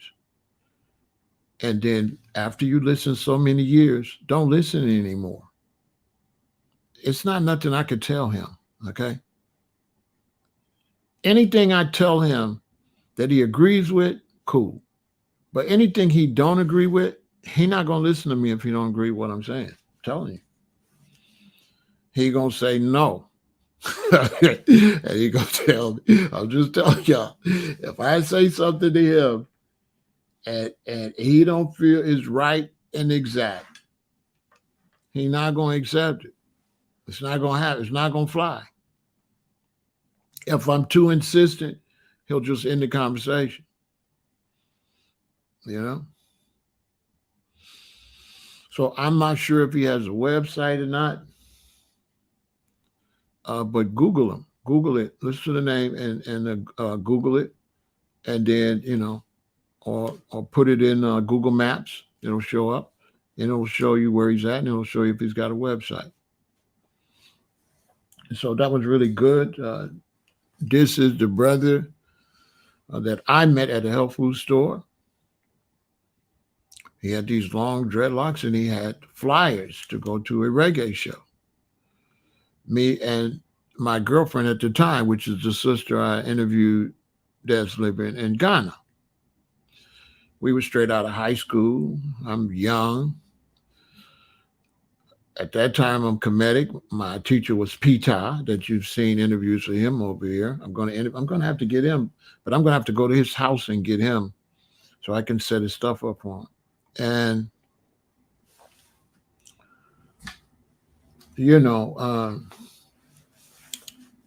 so I was already comedic, had my dreadlocks, seen him with those long dreadlocks. He gave me a flyer to go to a reggae concert. Started at 9 o'clock, me and my girlfriend. We went and got some vegetarian food from Brother Tim's. Rest in peace to Brother Tim's. And we went on over to the Hummingbird on Ashland to this reggae show.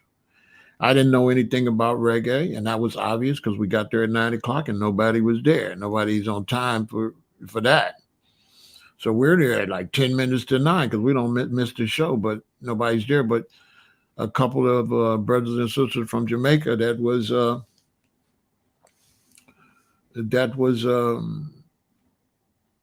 the people throwing the event. So I get there. After a while, the band came in for sound check. That's how early I was. I see all these brothers with dreadlocks. Well, I'm born in Chicago, so I have never seen all these dreadlocks before. But I got dreadlocks, so this is the first time I see a lot of other people with dreadlocks. So now I feel a little bit at home because back then, Black people in America, they didn't know what dreadlocks was, and a lot of people didn't like it. And so eventually the show starts. Everybody's looking at me and dealing with me naturally. And I'm trying to, and it's blowing my mind that everybody is so, that my hair is not bothering anybody, it was like, wow, they are used to my hair. This is different. Because I was really an oddball out as a Black American in 1979 with dreadlocks. This is around maybe 1980 that this happened, 80 or 81. And so once I had to use the restroom, I went to the restroom. There was a bunch of Rastas in there. That one brother said, "What's thy name?" I said, "My name is Ramesses." And I said, "Yes, Ramesses, the Egyptian pharaoh." Boom, boom, boom. I said, that was new. Wow, they know African history like that? So I was like, well, I became very comfortable around Rasta because of my dreadlocks and because of the history and the Blackness. So me and my queen, we enjoyed the show. And we say to ourselves, you know what? When I go in my pocket to take stuff out of my pocket, I still got my ticket, right? So we get there so early, nobody asked us for tickets. So we still had our tickets. And on the flyer, it said they had another show on the north side. So I told my girlfriend, hey, we didn't use these tickets. They say Friday, but I was so geeked up. I said, you know what? Let me uh, let's go Saturday night. Because we went Friday night, we had Friday night tickets. I said, let's go Saturday night and see if we can use these tickets to get in. Let's tell them we bought them for Saturday, gave us the wrong day. Let's tell them something. So me and my girlfriend, we go on the north side and we go to the show. We're going to try to use the tickets for Friday night because I'm so geeked up. I want to see more of these Dreadlock brothers and hear this music because the music sounded good. So I'm first time really hearing reggae. Like I never heard reggae, you know. So we get to the show. It's two ladies at a table. I give them the tickets. They say, these tickets is for last night. I said, oh, I thought they were for tonight. You know, lying. They said, no, these was for last night. I said, yeah, but I thought they were for tonight. So the young girl says, wait a minute. She goes inside. And when she comes back, who's with her but the brother Tzaddi that I met at the health food store? So he comes out. He looks at me and my eye, two young black people. I got my little dreadlocks. I don't think she's growing dreadlocks yet. He looks at the tickets. And he knows I'm lying. Listen, he knows I'm lying because he probably seen me the night before. When you're young, you ain't that smart, right? What, I'm only, 21, 20? So, yeah. So he looks at him and he looks at me. And he tells her, let him in. So he lets me in. And this show is at a bigger place. So I'm loving the show. So this Rasta man comes to me that I had seen on the bus on 79th with dreadlocks. One of his teeth was like chipped. So I recognized him. He looked real, like a lion for real. So he come and he said, what did I name? He introduced and he asked me where I live at. So I told him where I live at. He said, may I come? I want to come see you at 9 o'clock. Right? 9 a.m. The next day at 9 a.m., that brethren was at my house, at my apartment. So I got on the bus with him and went to his apartment. His name is Josh Stone. And Josh Stone the next day was at my apartment and I traveled with him to his house. And when I got to his house, he had 4 brothers, Gilly, John, Dada, and Timmy. And they had a band, and I had told him I played trumpet, so he said he wanted me to play trumpet with the band. So the next day, because I had enjoyed the show so much, I wanted to buy the music from the group Manyaka. I'm going to show you how all this unfolds. So I'm searching reggae music. I'm looking in the phone book, and it says the Conquering Lion Records. So I go to Conquering Lion Records, and I buy 2 Manyaka records. I buy the 45, and I buy the disco 45. And I meet this brethren named Chucky. All of these become like family to me. And all this has been happening because I'm at the health food store. The health food store and eating right made all of this happen because that's why I ran into Tzaddi, and that's why I went to the show, and that's why I bought the album and met Chucky, and that's why I met Josh Stone. So the next day or two, I go back with Josh Stone to his house, and I start playing trumpet for a band they had called Nyakoma. And in the band Nyakoma, Josh Stone was the oldest, Gilly was the next oldest, and the other 3 brothers, they was young, they was still in school. So we'd have to wait till they get out of school to play. And the two youngest ones, John and Dada, one day they came to me with a book and they opened it to a picture of Emperor Haile Selassie. And they say, you know who this is? I said, no, who is that? They said, it's the King of Kings, the Lord of Lords, conquering Lion of the tribe of Judah. It's the Emperor of Ethiopia. He direct descendant of King Solomon. So me, I'm on it because my interest is extremely high because why I don't know about this? Why I don't know about no black king of kings? I never heard of no black king or no black king of kings. So the fact, I'm already conscious at this time. I'm already studying Egypt. I'm already Kemetic. With my dreadlocks, I'm already on it. So my vibe now is this man got to be great or I would know about him. They trying to hide. I'm like, they're trying to hide this from me. I'm like Babylon system or the system trying to hide this man from me. So I go home, I start studying this man. I start looking up this Emperor Haile Selassie. And I'm looking at his pictures and I'm seeing all of the artifacts. Now I'm studying Kemet. I'm a pharaoh. So when I look at him, I see a pharaoh. I said, this dude, this man is a pharaoh. Because real recognize real and pharaohs recognize pharaoh. So I said, oh yeah, this is a pharaoh. I have a way that I think and I teach, and I said to myself, I'm born by a certain mother and a certain father at a certain time in history, and I live in a certain city, on a certain block, in a certain house. All that have to go together.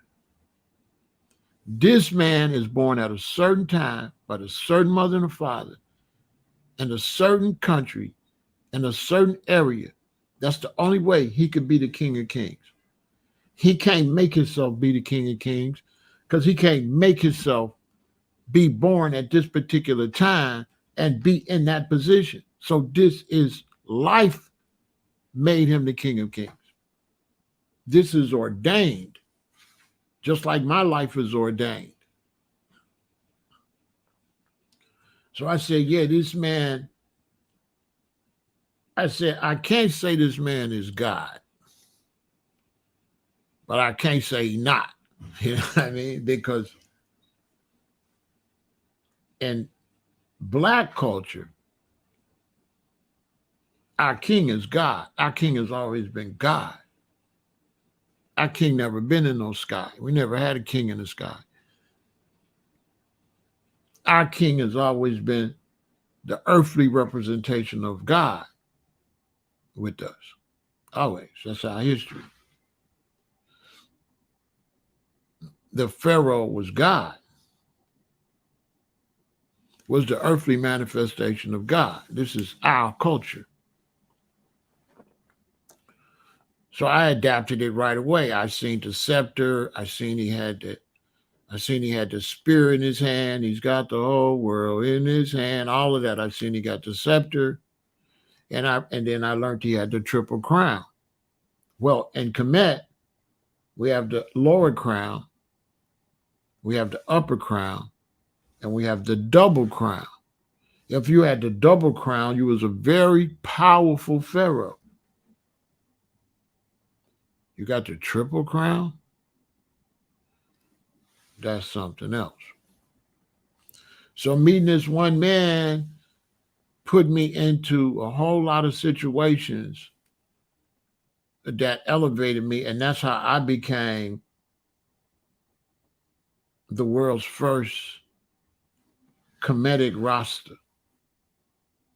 Because one of the passages Rastas would say to me all the time is, princes shall be called out of Egypt.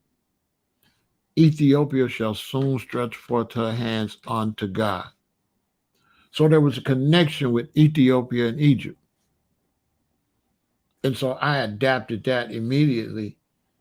And I was a Rasta man.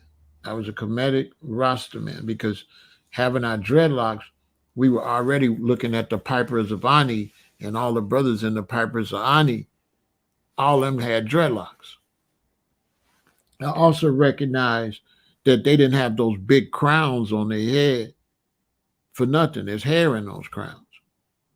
And the Egyptians, why would you have a crown that big? You don't need nothing that big sitting on your head. And so I knew that the dreadlocks and or the locks, as the brothers say, were um, a part of our ancient way of life because that's how your hair grow naturally. And if you're gonna go back to creation, you didn't have no comb, you didn't have no brush, you didn't have no scissors. Original man. Original man didn't have a barbershop or barber chair. Original man didn't have clippers. Original man. Original man was just like the animals. The animals don't have no clippers. The lion don't go get a haircut. The lion mane just grow. So I developed a philosophy that I don't want to go back to the New Testament. I don't want to go back to Exodus, Leviticus. I want to go back to the beginning because I developed a philosophy that if man fell, in the beginning, if man was perfect and man fell, why wouldn't we go back to the beginning to be perfect? Why is we going back to when man fell? Why are you going back to the times of Moses? Why are you going back to the times of Christ after man fell? I wanted to go back to Genesis 1:1. In the beginning, I want to honor after man fell. I don't want to honor after they gave you the right to eat meat and all of these things that later. I want to go back when it said all green herbs were given to you for meat. And it was so. I wanted to go back there. I didn't want to go back to the dietary laws because we don't diet, we live it. So that's how I developed myself to be a comedic Rasta. And from then on, I was always around a bunch of Rasta men, Trinidadians, brothers from Jamaica, Africans from Jamaica, Africans from Trinidad, Africans from St. Croix, Africans from St. Kitts, Africans from St. Lucia, Africans from Ethiopia, Africans from um, Senegal, Africans from Ghana, Nigeria, a lot of Rasta men from Ethiopia, and I became a part of this international Rastafari liberty. And so that's my second teacher. My first teacher is Peter. My second teacher is Tzaddi. And Tzaddi,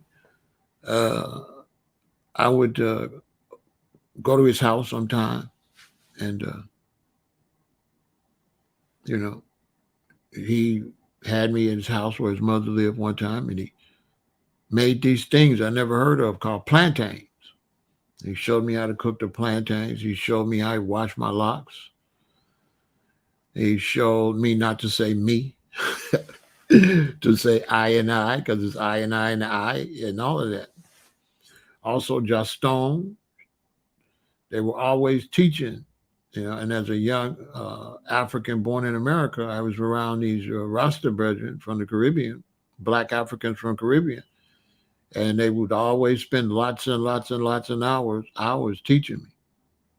Of course, sometime at the Conquering Line Records shop in the back, there'd be a bunch of older Rasta brethren, Black Africans born in Jamaica, and I'm full of fire and young, and I'm trying to tell them something, of course. And the vibe was, no man, no ayah, me youth, me son, no man, it don't go so.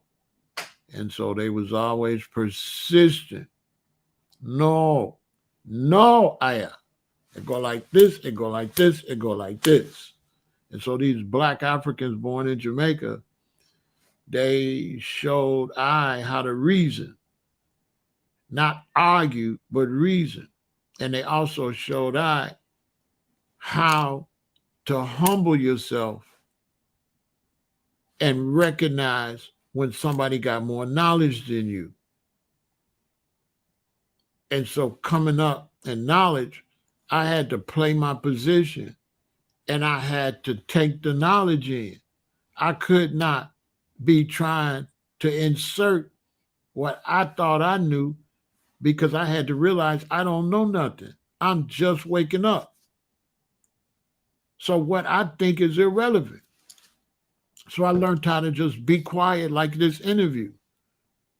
I didn't want to ask no questions. As long as he was flowing, I wouldn't say nothing.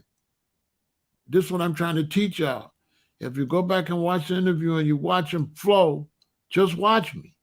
I'm not saying nothing. Because when you listen to somebody and you cut them off, you kill your own blessings. You kill your own blessings because you're so busy trying to say something, you're not listening. I didn't have any questions. Usually I ask more questions, but I didn't have any questions because I was too busy listening. And if I'm trying to think of a question, I can't be listening. Do I consider myself a 12 tribeman, Nyabingi, or Bobo? No. Because I'm a black man born in America, and when I was in California, there was a lot of brethren. Some was 12 tribes, some was Nyabingi, some had the red on the bottom, some had the red on the top. And I felt like me being an African born in Chicago, I didn't feel like it would be righteous for me to pick out them brethren. They come from Jamaica. They come from the original place where Bobo and 12 tribe and stuff is. So I never picked one. And because I'm born in Chicago, as I got older and as I took the knowledge they gave me and started formulating my own concept, I came up with my own concept. And I'm a Rastafari House of Thugs that I'm going to be getting off the ground maybe next year. So I'm Rastafari House of Thug. Thug House Rasta is what I'm starting for black men in America. And it doesn't mean I'm a thug. Rastafari House of Thugs mean that I'm a Rasta man born in a house of thugs. That America is a house of gangsters, a house of criminals, the house of thugs. And that I'm born in a house of thugs. You know what I mean? It doesn't mean I'm a thug. Rastafari, house of thugs. I mean that America is the house of thugs. America is the house of the Al Capones, the Lucianos, you know, the Frank Nitties, the mafia, the outfit. So the reason I call it Rastafari House of Thugs, because being in Chicago, I have to adapt a Rasta culture to survive amongst gangs and gangsters.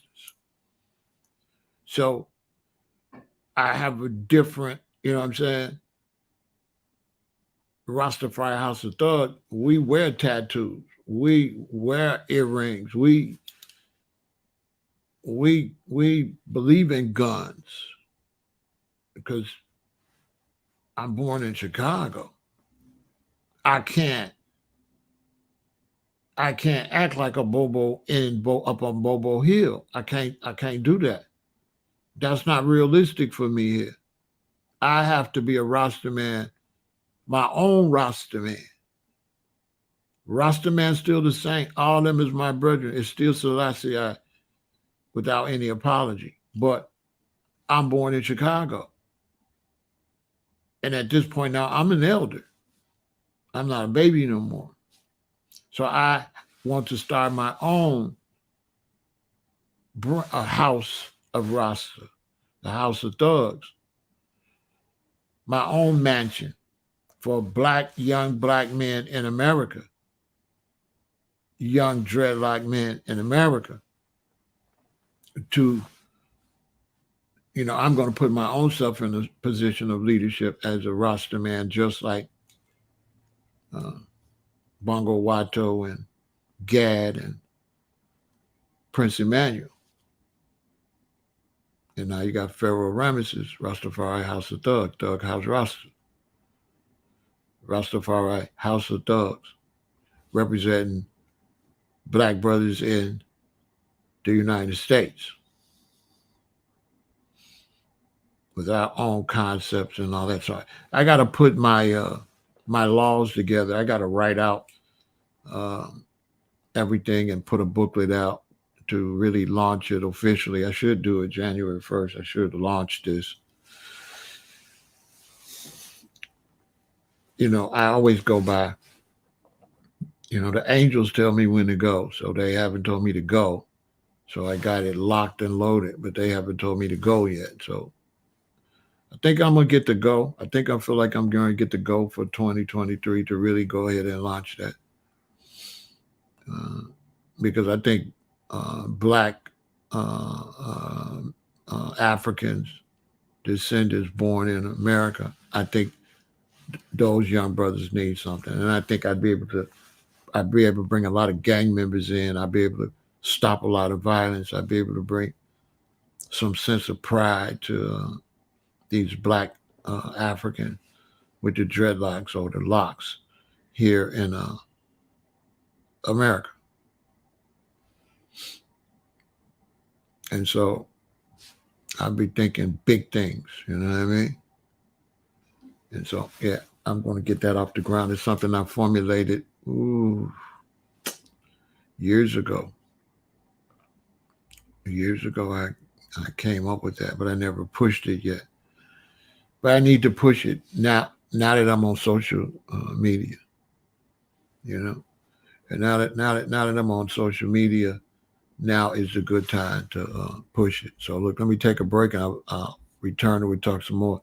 Much respect to brother Tzaddi Wadadah I.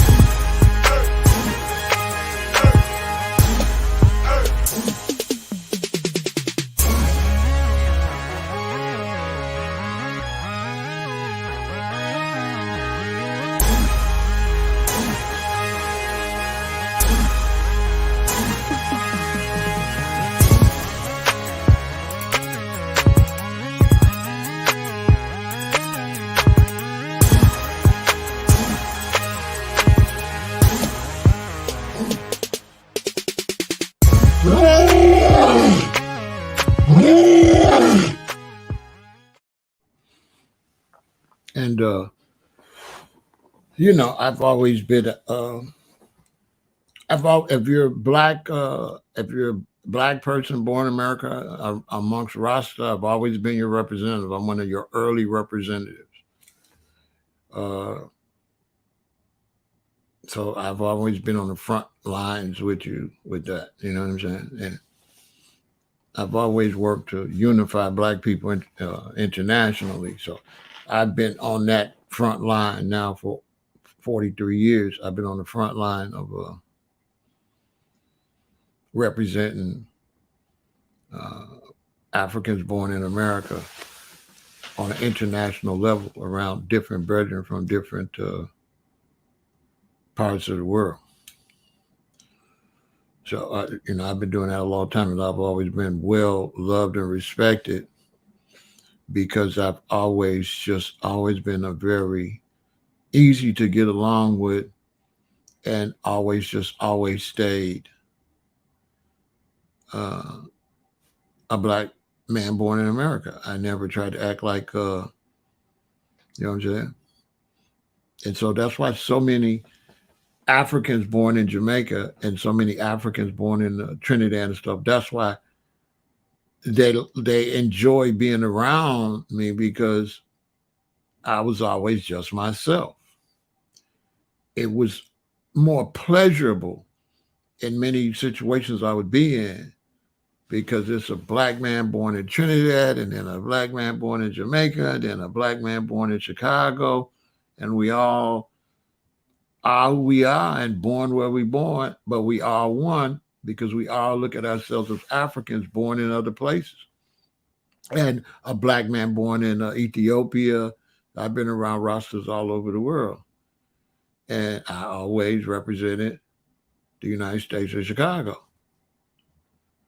I always stayed firm on that. I never flipped. You know what I'm saying? I never flipped.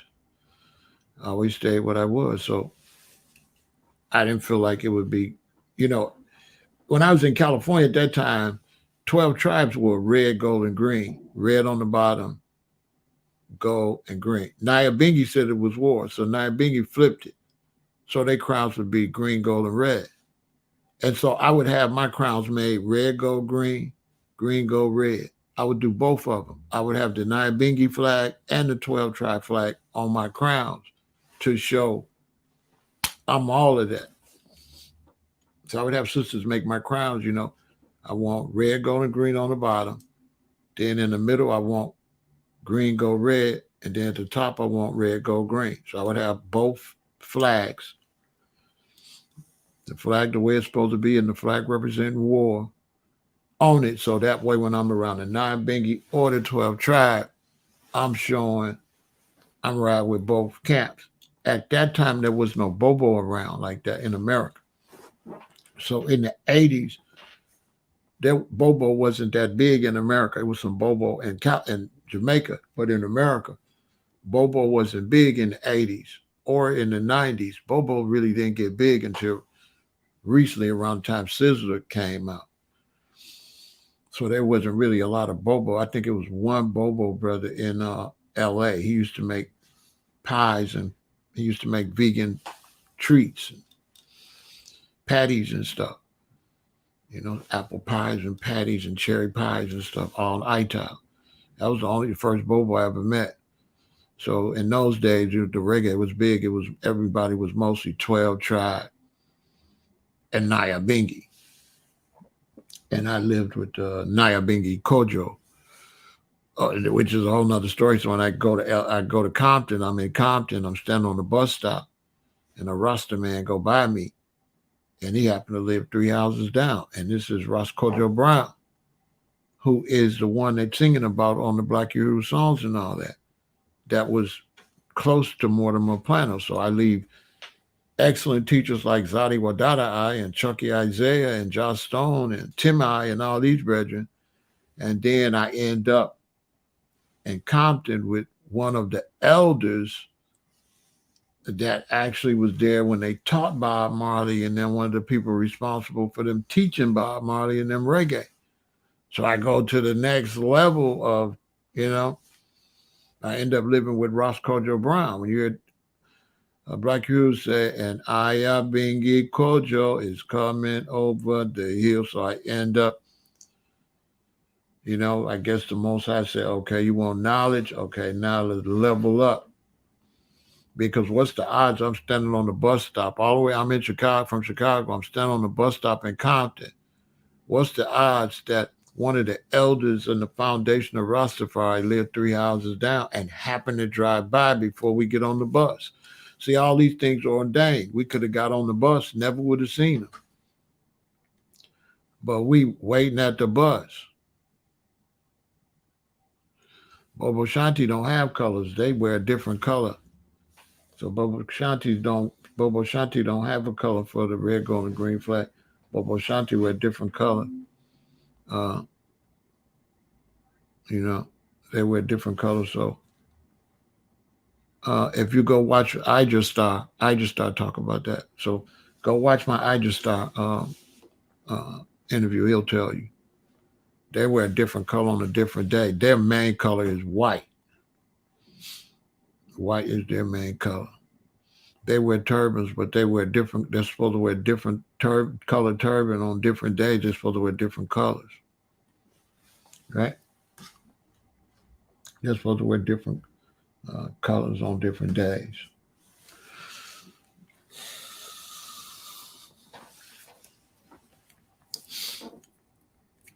So then I studied with Ross Kojo Brown,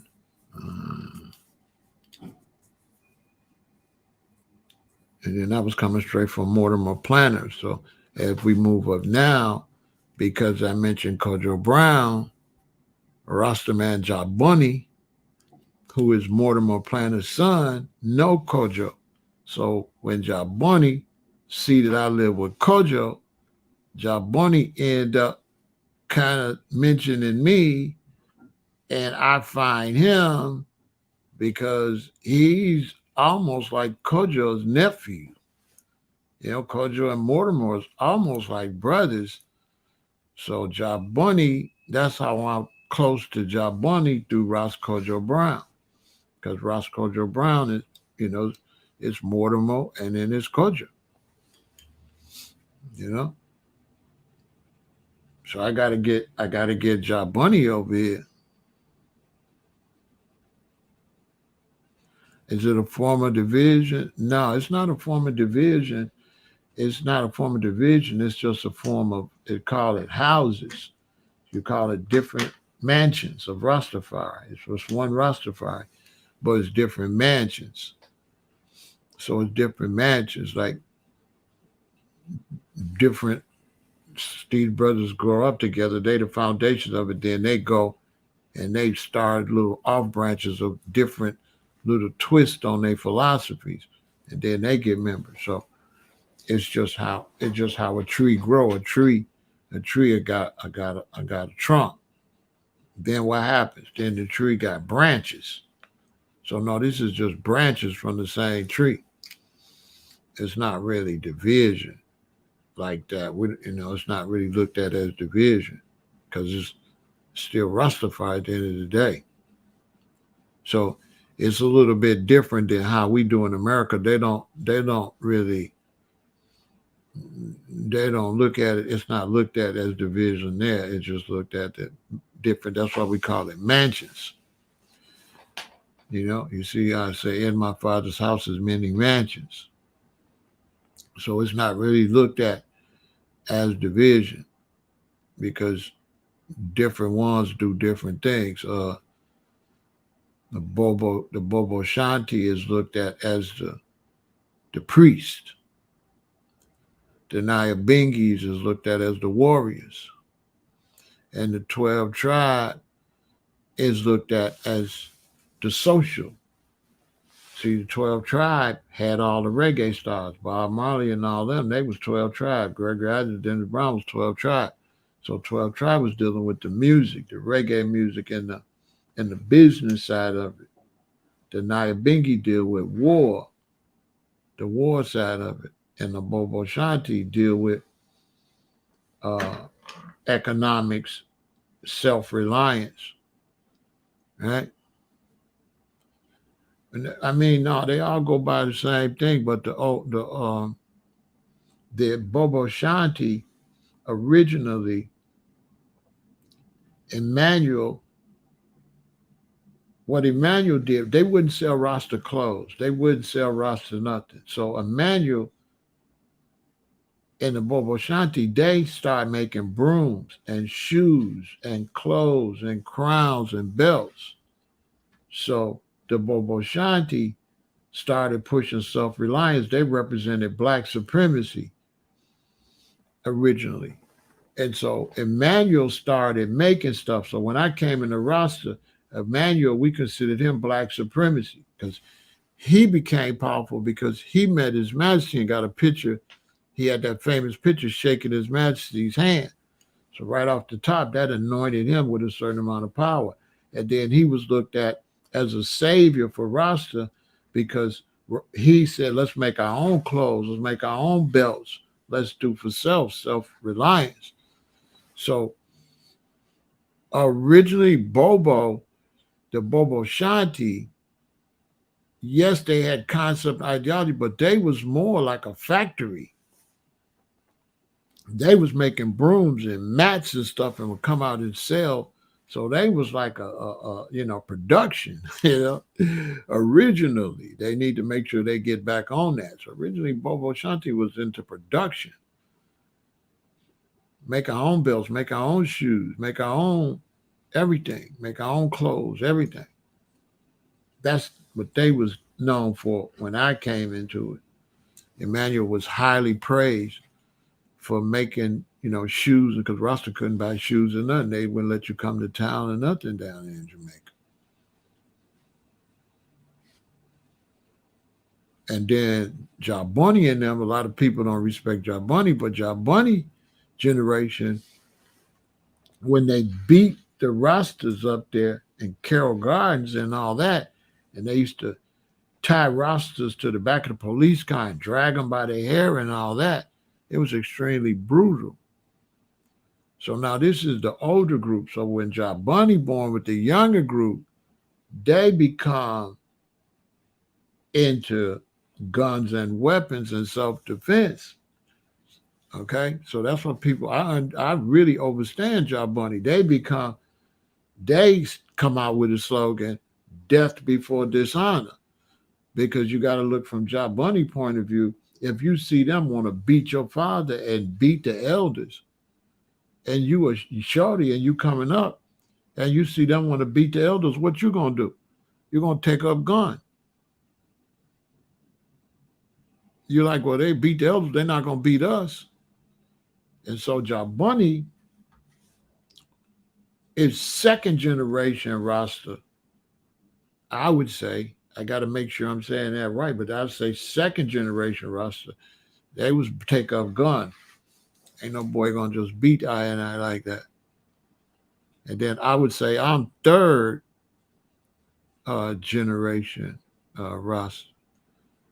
You know what I mean? So they took up gun because their slogan was death before dishonor, which makes sense. You're not going to let nobody beat you. You're a militant Rasta. You're not going to let nobody just beat you.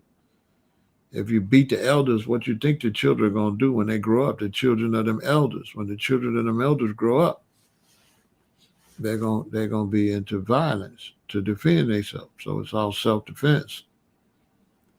So Jaboni and them was the military wing of Rastafari. You know what I mean? Which I come up under them. So now when I come, we have different Rastas and different vibes. Some of us took up the more militant vibe. Some of us took up the more knowledge and liberty like that. Because the offspring came from all the different, when you have the different houses, then you're going to give birth to the different concepts in the youth them too. So you have a different concept. I was always a little more radical than, I was always a little more, militant. But this was just my nature. So I was always a little more on the militant side. But that's for against the Babylon. When I and I get together with Rasta, we don't have that energy with each other. So it was not like being militant against another Rasta or nothing like that. That's crazy. So we didn't have no violent type of vibration towards each other, nothing like that. It's all, Rasta. When I and I come together, it's just Rasta. Like if you go to a Haile Selassie Day or some event, it's just Rasta. We don't look at bro like a Bobo and this one and that Biggie. We don't look at it like that. It's just Ross. It's just Ross is just Ross. We don't really look at you. We don't really worry about them things there. You know what I mean? So Ross is just Ross. So we never really, look. We never judge each other by whatever house. We don't. I really don't do that. Rasta don't really do that like that. Like Rasta, like with Rasta, Sizzler not really a Bobo. He Rasta. He Rasta any Bobo. So if I meet Sizzler, I'll be like, yeah, Ross. It's just Ross. If I meet, any brother from any house, they Rasta. We don't really You know, we don't really identify each other by nothing but Rasta because all of the heads of the houses, everybody's under His Majesty. His Majesty are the king. See what I'm saying? Because it's Rastafari.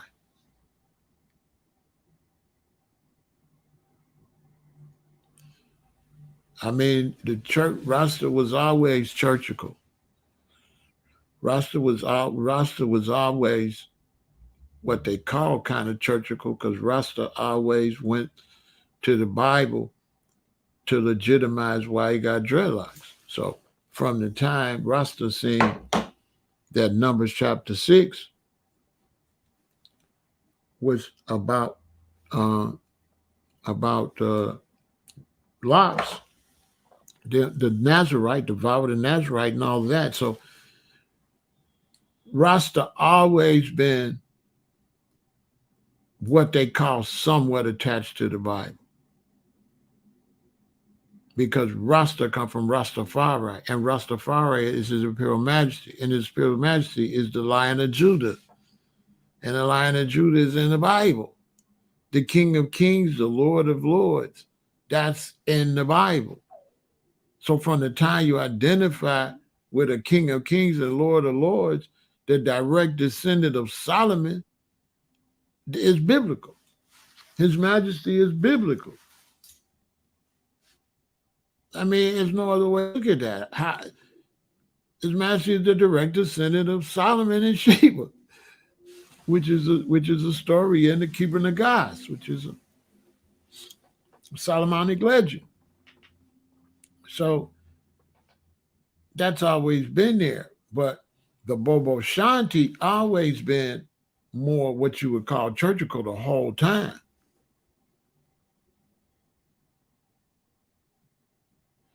You know? So the Bobo Shanti always been like that, G-Rod. They always wore robes and turbans. Always. It's just everybody looking at Rasta as turning churchical because the Bobo became popular.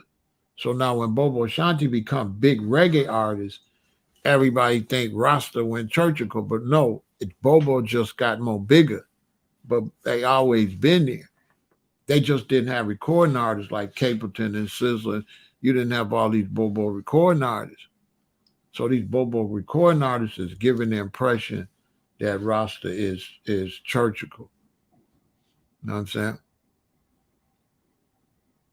You see what I mean, G-Rock? So, but because, you know, that's the Rasta you see the most. Back in the day, all the Rastas was 12 tribe. It ain't never really been no real popular Nyabinghi artist other than Ross Michael. You know what I'm saying? Because all this stuff, G-Ra, history got a lot to do with how people react. So the Jaboni era reacting to Rastas getting beat. The Nyabinghi era is reacting to apartheid in South Africa and the war Ethiopian on Italy. So the news affects the culture. So Rasta coming up at a time they killing kids in Soweto, that Rasta are more fireborn more because they're killing the youth in South Africa and they throwing priests out of planes in Ethiopia. The Italians was throwing priests out of planes and bombing the crops and killing Ethiopians. So history always creates the type of people you get. They're always connected to the history. The history will affect you. So like myself, history made me like this, right? I'm born in 1958. You heard the brethren Tzaddi said that in 68 they was burning everything down. Well, I'm 10 years old. How did that affect me?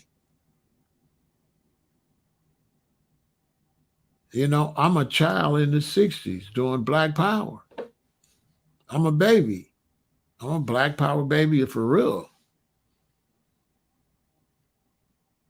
So my life experience is militancy. I'm Black Power, Malcolm X, Fred Hampton is my childhood, right? Right? And when you look at the situation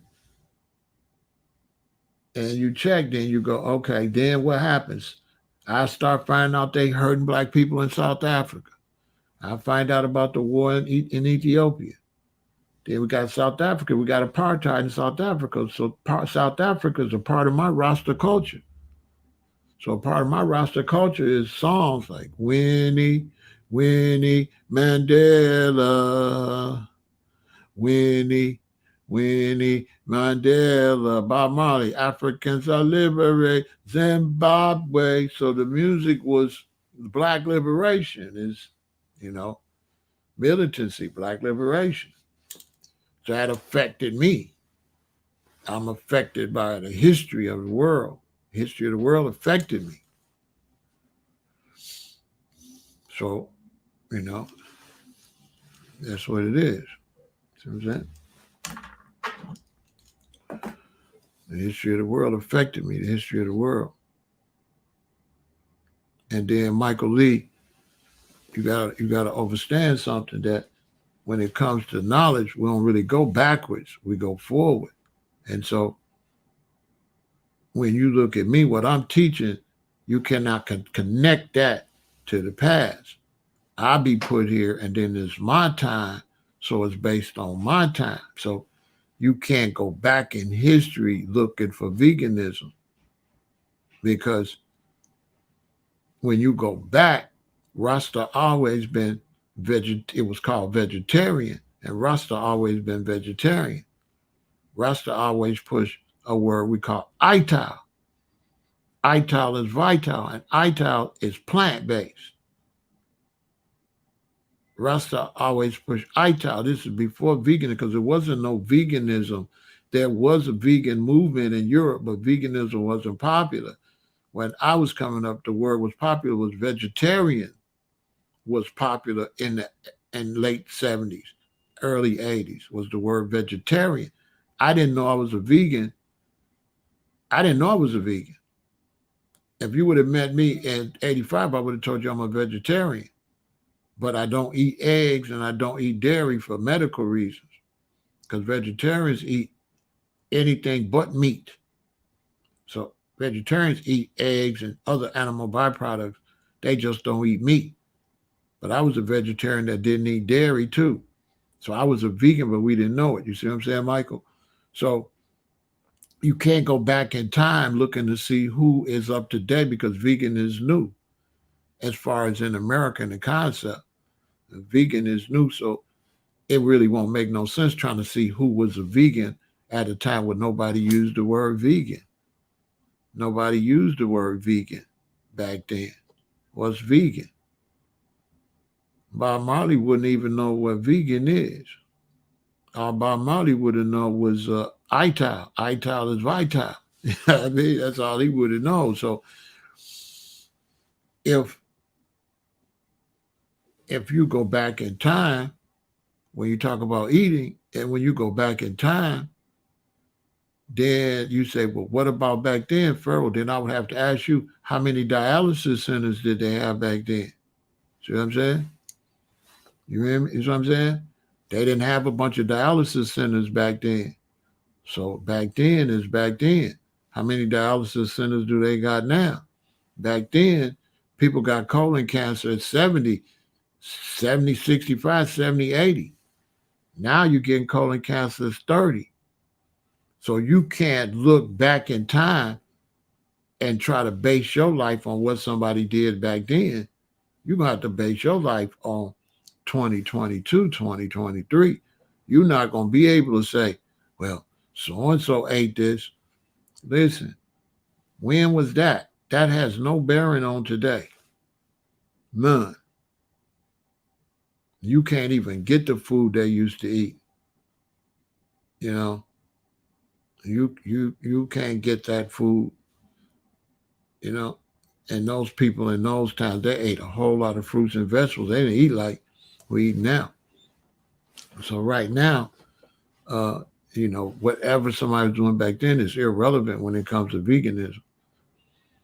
Veganism is new age. So every time people are sent to update the information, like how you got your phone, and every now and then your phone update, right? And you can't go by what your phone was like before it got updated. So when I'm bringing you veganism, this is updated knowledge. This is I'm bringing you today what's going on today. That you got to stop eating that stuff today. And so whatever Jesus was doing, that's irrelevant. You know what I'm saying? People try to say, well, Jesus, dude, Jesus wore sandals. Like, don't try to pick one thing out of Jesus. Like, you not living like Jesus. You know what I mean? You know what I'm saying? People do that. Like, they'll try to pick one thing out, but none of your life is nothing like Jesus like. And then you don't know what Jesus ate because it never told you what Jesus ate. It just told you what he fed them. So if you come to my house and they say, I cooked my daddy some chicken, that don't mean I believe in chicken. It just means my daddy ate it. See what I'm saying? Because I cooked my daddy chicken. So if Jesus gave them fish, he gave them what they was eating already. Duh. Let's just be realistic. You know what I'm saying? Don't tell me what Jesus fed them fish. Jesus fed them what they ate already. It's just because Jesus fed them fish don't mean Jesus condoned eating fish. I've been in all these meat places buying food for my children and wives, ladies I meet. They eat how they eat and I eat how I eat. So on the side note, don't judge. I can imagine how many people see me with long dreadlocks and J&J Fish. Imagine if somebody took a picture of me and J&J Fish and sent it to y'all. Pharaoh say a vegan. I got a picture of him and J&J Fish. I'm getting kids food for my children. Because when it comes to the way you eat, that can't be forced. And so that's on the side note, you cannot force. Veganism is not forced. Veganism have to be a self-concept. You can't force your children to eat right because when they go to school, they're gonna eat whatever they want to eat. So on the note of eating right, this is all self-improvement. This is not nothing that can be enforced. You cannot enforce that. The only time you can enforce veganism is before your children go to school. So before your children go to school, they're gonna eat whatever you make them. So most of my children, I have forced veganism on them. They didn't even know it was being forced until maybe second grade. Then second grade, the gig is up. So now in second grade, my child's getting curious. My child gonna bite somebody's hot dog. So this is why once my child get in second and third grade and go to school, I gotta go buy vegan hot dogs and stuff. Because my baby, and don't tell them it's vegan, just tell them I made you a hot dog. So now when the other kids eating a hot dog, my baby eating a hot dog. My baby don't know that this hot dog ain't like they hot dog. My baby don't need to know that. All my baby knows is just a hot dog. So that's why I support plant-based meats. Because when you get little kids, you don't want them eating that other stuff. I'd rather give them plant-based meat than real meat any day. So that helps you from your children want to try the other children's food. They got a burger, your son got a burger. They got ice cream, your son got ice cream. They got cookies, your son got cookies. And your son cookies taste better than their cookies too. You know what I'm saying? On the side note. But yeah, it was really nice talking to the brother Tzaddi. Good for y'all to see one of my teachers. Good for y'all to experience what it was like for me growing up. I didn't, I know sometimes y'all see me get irritated when people try to go back and forth with me. Well, that's not how I was raised. I wasn't raised to go back and forth. So you got to see how I was raised in the game. I was raised to shut up and listen. When Tzaddi talking, I don't got nothing to say. Almond milk. We don't do soy no more. Almond milk. We got cashew milk, almond milk, all of that.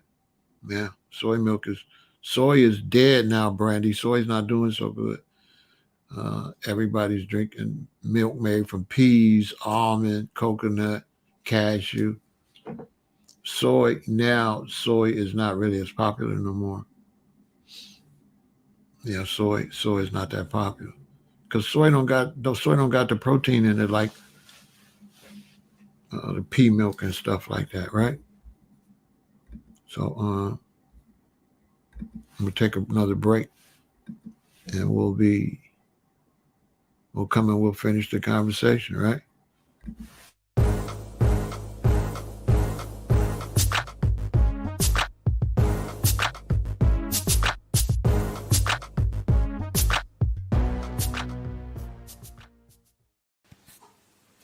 Peace, health, and longevity. If you want to consume more plant-based foods, if you want to abstain from junk foods, if you want to consume fruits, vegetables, nuts, seeds, and herbs, and avoid dead flesh, artificial flavors and colorings, sweeteners, anything that is unreal basically, purchase this particular manual, The Easiest Way to Become a Vegan by Pharaoh El-Aton, who has been a vegan 40 plus years. He will take you step by step on how to abstain from the junk foods, how to abstain from the dead flesh, the chicken, the turkey, the pork, beef, and all sorts of animal products. Purchase this particular manual, The Easiest Way to Become a Vegan, to eat more natural. Remember that the herbs are for the healing of the nations. Let food be your medicine and let medicine be your food. Consume of every fruit-bearing and herb-bearing tree. Unto you it shall be for meat. Purchase this particular manual, The Easiest Way to Become a Vegan by Pharaoh El-Aton. Peace, health, and longevity.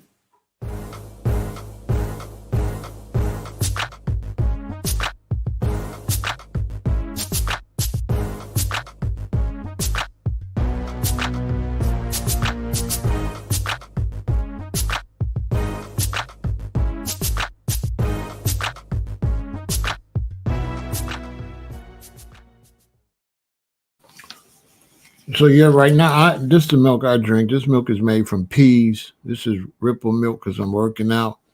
This has 8 grams of plant protein in it for serving. So you drink 3 cups of this, you get 24 grams of protein. So I'm drinking this. This is the plain, unsweetened, no sugars in this one. This is the vanilla. And this is the one I use in my protein drinks right here, the chocolate. This is made from peas, right? Right. So this is made from pea protein. And so when it comes to eating right, we're going into the future. But Rasta men, I come up, around Rasta, brethren from Trinidad, they would get a coconut, grate the coconut up, pour the coconut water in there, squeeze it, strain it, coconut milk, throw it in a pot, cook with it, or give it to the baby to drink. So a Rasta man would make his own coconut milk. Now you got high-speed blenders and stuff like that. You could just chop up some coconut, throw it in the blender, throw a little bit of the coconut water out the coconut in there, a little water, blend it up, boom, make your own coconut milk quick. And so the game is growing. But Russell was always ital is vital. As you've seen the brethren Tzaddi say, he drink his tonics. He's 7 years old. He just got a baby that's 4 months old. He's still fertile. You know what I'm saying? He's still drinking his tonics. He eats lots of ital. Believe me. Lots of plants. Rasta man was always pushing plants. Always pushing ital, vital. Eat right. Rasta always push, take care of your strength, take care of your structure, take care of your body, eat right, exercise, work out, stay in shape. That's part of Rasta culture. So it really was a pleasure to interview Tzaddi. And if you got some locks on your head, you living that life where you growing out your locks, you wearing your natural hair, you a Hebrew Israelite or somebody like that, Will, I need to interview you, Will. So send me DM me a picture, Will, to my Instagram, and let's do your interview soon, right? And for the rest of y'all, if you got your locks on your head, our interview, it doesn't matter what culture you represent or nothing. You could just have it for a hairstyle.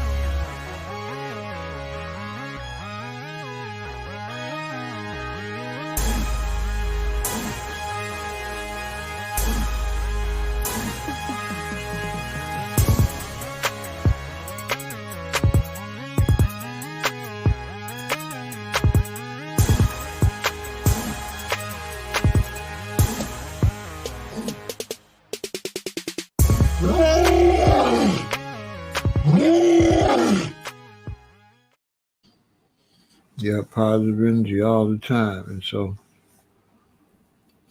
you all stay strong, stay positive, and, whatever you do,